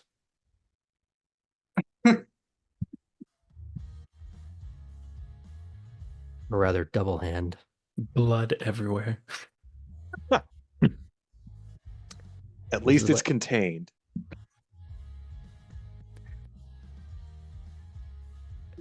Good thing you have a phone. But actually, do you go for the little drink? Yeah, just a little drink. Okay. But I assume it's a little bit of, you're not really getting anything out of drinking the shots, but you're probably trading back and forth. And at some points, it's less about, hey, I'm not here to talk. We're down to have fun, whatever it is. And that's going to be the image we're going to fade out on tonight. Can I leave with one text message? Sure. Okay. Kate, who has been she's changed for the racetrack, has been looking at her phone and is kind of hoping that Jean will message her before she has to go be social at the racetrack. And since she has not gotten a text or call yet, we'll let out a deep sigh and then text Poppy. Just, does anybody need a ride to the track? Oh my God. What a beautiful day.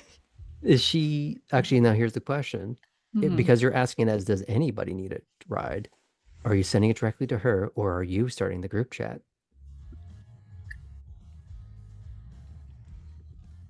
Damn it, I'm the one that starts the group chat. Gotcha.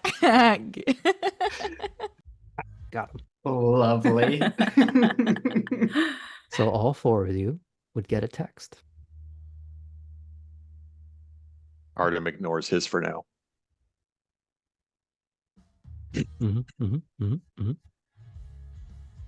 Now we know what's going through Artem's head right now. As Nothing. we were fading out on the scenes, we're going to go around the table. What's Tabby thinking as she's driving into the night? I assume, were you already heading towards the track, or do you change your mind about going to there now? Tabby pulls out her phone, and it's kind of surreal having a cell phone. Like, there's definitely, instead of the immediate like notification buzz answer, it's more of a like, the fuck was that type of thing at first, and then recognizing, oh, it's my new phone. Checking it, seeing the message. She asks Lila, Was there anything else that you had planned tonight? I was looking to be at somewhere later. Cool. If you wouldn't mind taking me anywhere near the racetrack, That's I where think I I'm might as well going. keep. Sweet. Which Then means we're going. we're going. Oh, I got such fun things to show you. Okay, we're gonna have a great time. Yes, please. You didn't think I built And this just for going A to B, did you? Look at this fucking thing. It goes vroom vroom, motherfucker. I'm so excited. Oh, you're competing. Oh my god. Nosferatu. I don't get what that emphasized, but cool. She kind of smushes your face. Just how dare you not get the joke?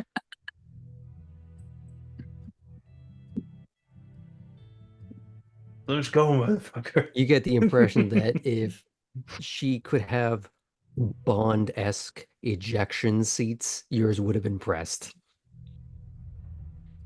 It still might. Who the hell knows? Well, Tabby, with a full system and a pretty good night so far, settles in as the car goes vroom. Not as vroom as it will go soon, though. Mm. Kate,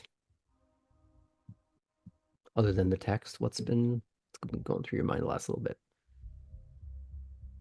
She almost doesn't know what to do with herself. Minus 2 nights off after witnessing her first execution. She has been working even before she was turned. Mhm. And to not have a job lined up and being at the mercy of waiting on someone else, she doesn't know how to process that. It's making her anxious. But while Sokolov warned that they could be a liability, they could also be a low-level in to a wide variety of clans. And building relationships now can set up the board far in the future for deals and opportunities. That's my fresh-faced venture, everyone. I feel like I just got a gold star. You just haven't had it taken away. Well, that does imply that she's had it. At least polishing one. The fun grading score of starting at the top and you can only lose points. Well, that is That's the the risk way to of think of being it. the Ventru, yes. Tara gets her own gold star for that comment. Oh no, I'm a venturer. Wish. The worst fate. Poppy, what's going on with you? Poppy's not great. I think she gets the text while she's like in a bathroom stall, kind of like pushed up as far against the wall as she can, just trying to stop crying and not being able to. Yeah, I think she is feeling all sorts of just regret and evilness and all of these things that she places on another person. And she's realized that she might just be like the person she wishes she wasn't. But when she gets the text, that like kind of snaps her out of it, I think. And she's able to kind of calm down her feelings at least enough to get herself looking a little less disheveled, maybe just splashing water on her face. She'd have to splash a lot of water on her face because she doesn't cry tears anymore. Oh yeah, that's true. Oh God, fuck. Okay, yeah, she's probably going out damn spot to her face, Lady Macbeth style. Her makeup's ruined if she used any. Yeah. She's gonna need a minute to recalibrate. Yeah, she'll probably be kind of frantically putting it back on, and even at one point kind of in a silly manner, like looking in the mirror being like, you got this, bitch, you got this. Yeah. Poppy Okay. gonna ask for a ride? Huh? Is Poppy gonna ask for a ride? Oh yeah, of course she is. Oh yeah, after she's like all put together, maybe halfway through, she'll be like, yes, it can come by the it's the Chuck bar, Chuck. Chuck's It bar. was something Chuck bar. Okay. But yeah, she'll send, yes, please come by the Chuck bar.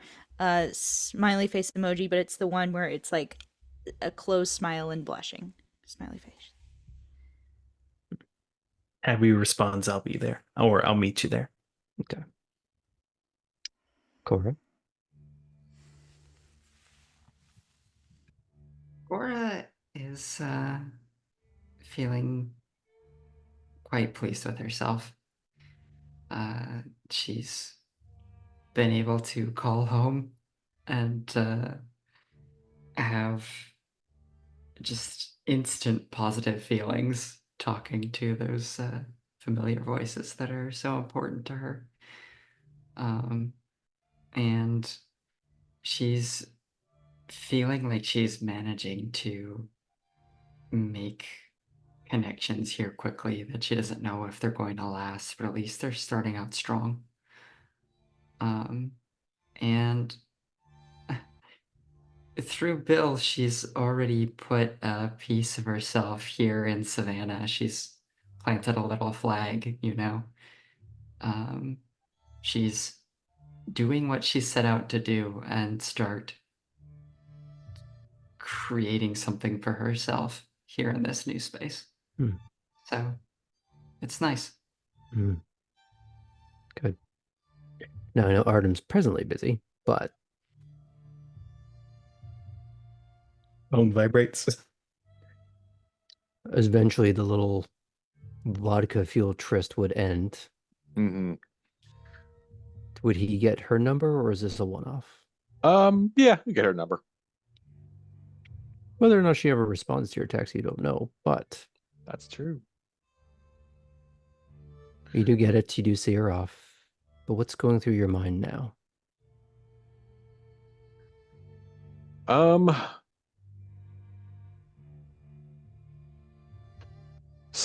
That was fun. Some thinking about Christiana. Did You did he? leave her alone in the bar. I did leave her alone in the bar. Did he catch it when she seemed like she was feeling sort of guilty about her little clawed outburst? If you were paying attention, Yeah, well, because you were sitting up front, would you have been paying attention after, like the blades came out? Would you have yeah. been So watching her afterwards? 100%. Okay, you would have caught that then. Okay. Basically trying to thinking about trying to get to the bottom of that and wondering if he might actually have some things to like teach this person that might help them. Well, maybe that can be part of a conversation you have next time. So on that note, as we pull back from each individual set of thoughts, as everyone begins to funnel their way over the bridge towards Hutchinson Island, the camera will start to pan low over the bridge as each car passes over the apex towards the next chapter of our story. And we'll fade out from there, folks. Thank you, everyone, for watching. I know it's been a longer episode. Thank you to Sam for running all the production. You glorious he-beast, you. Thank you all so much. See you next week.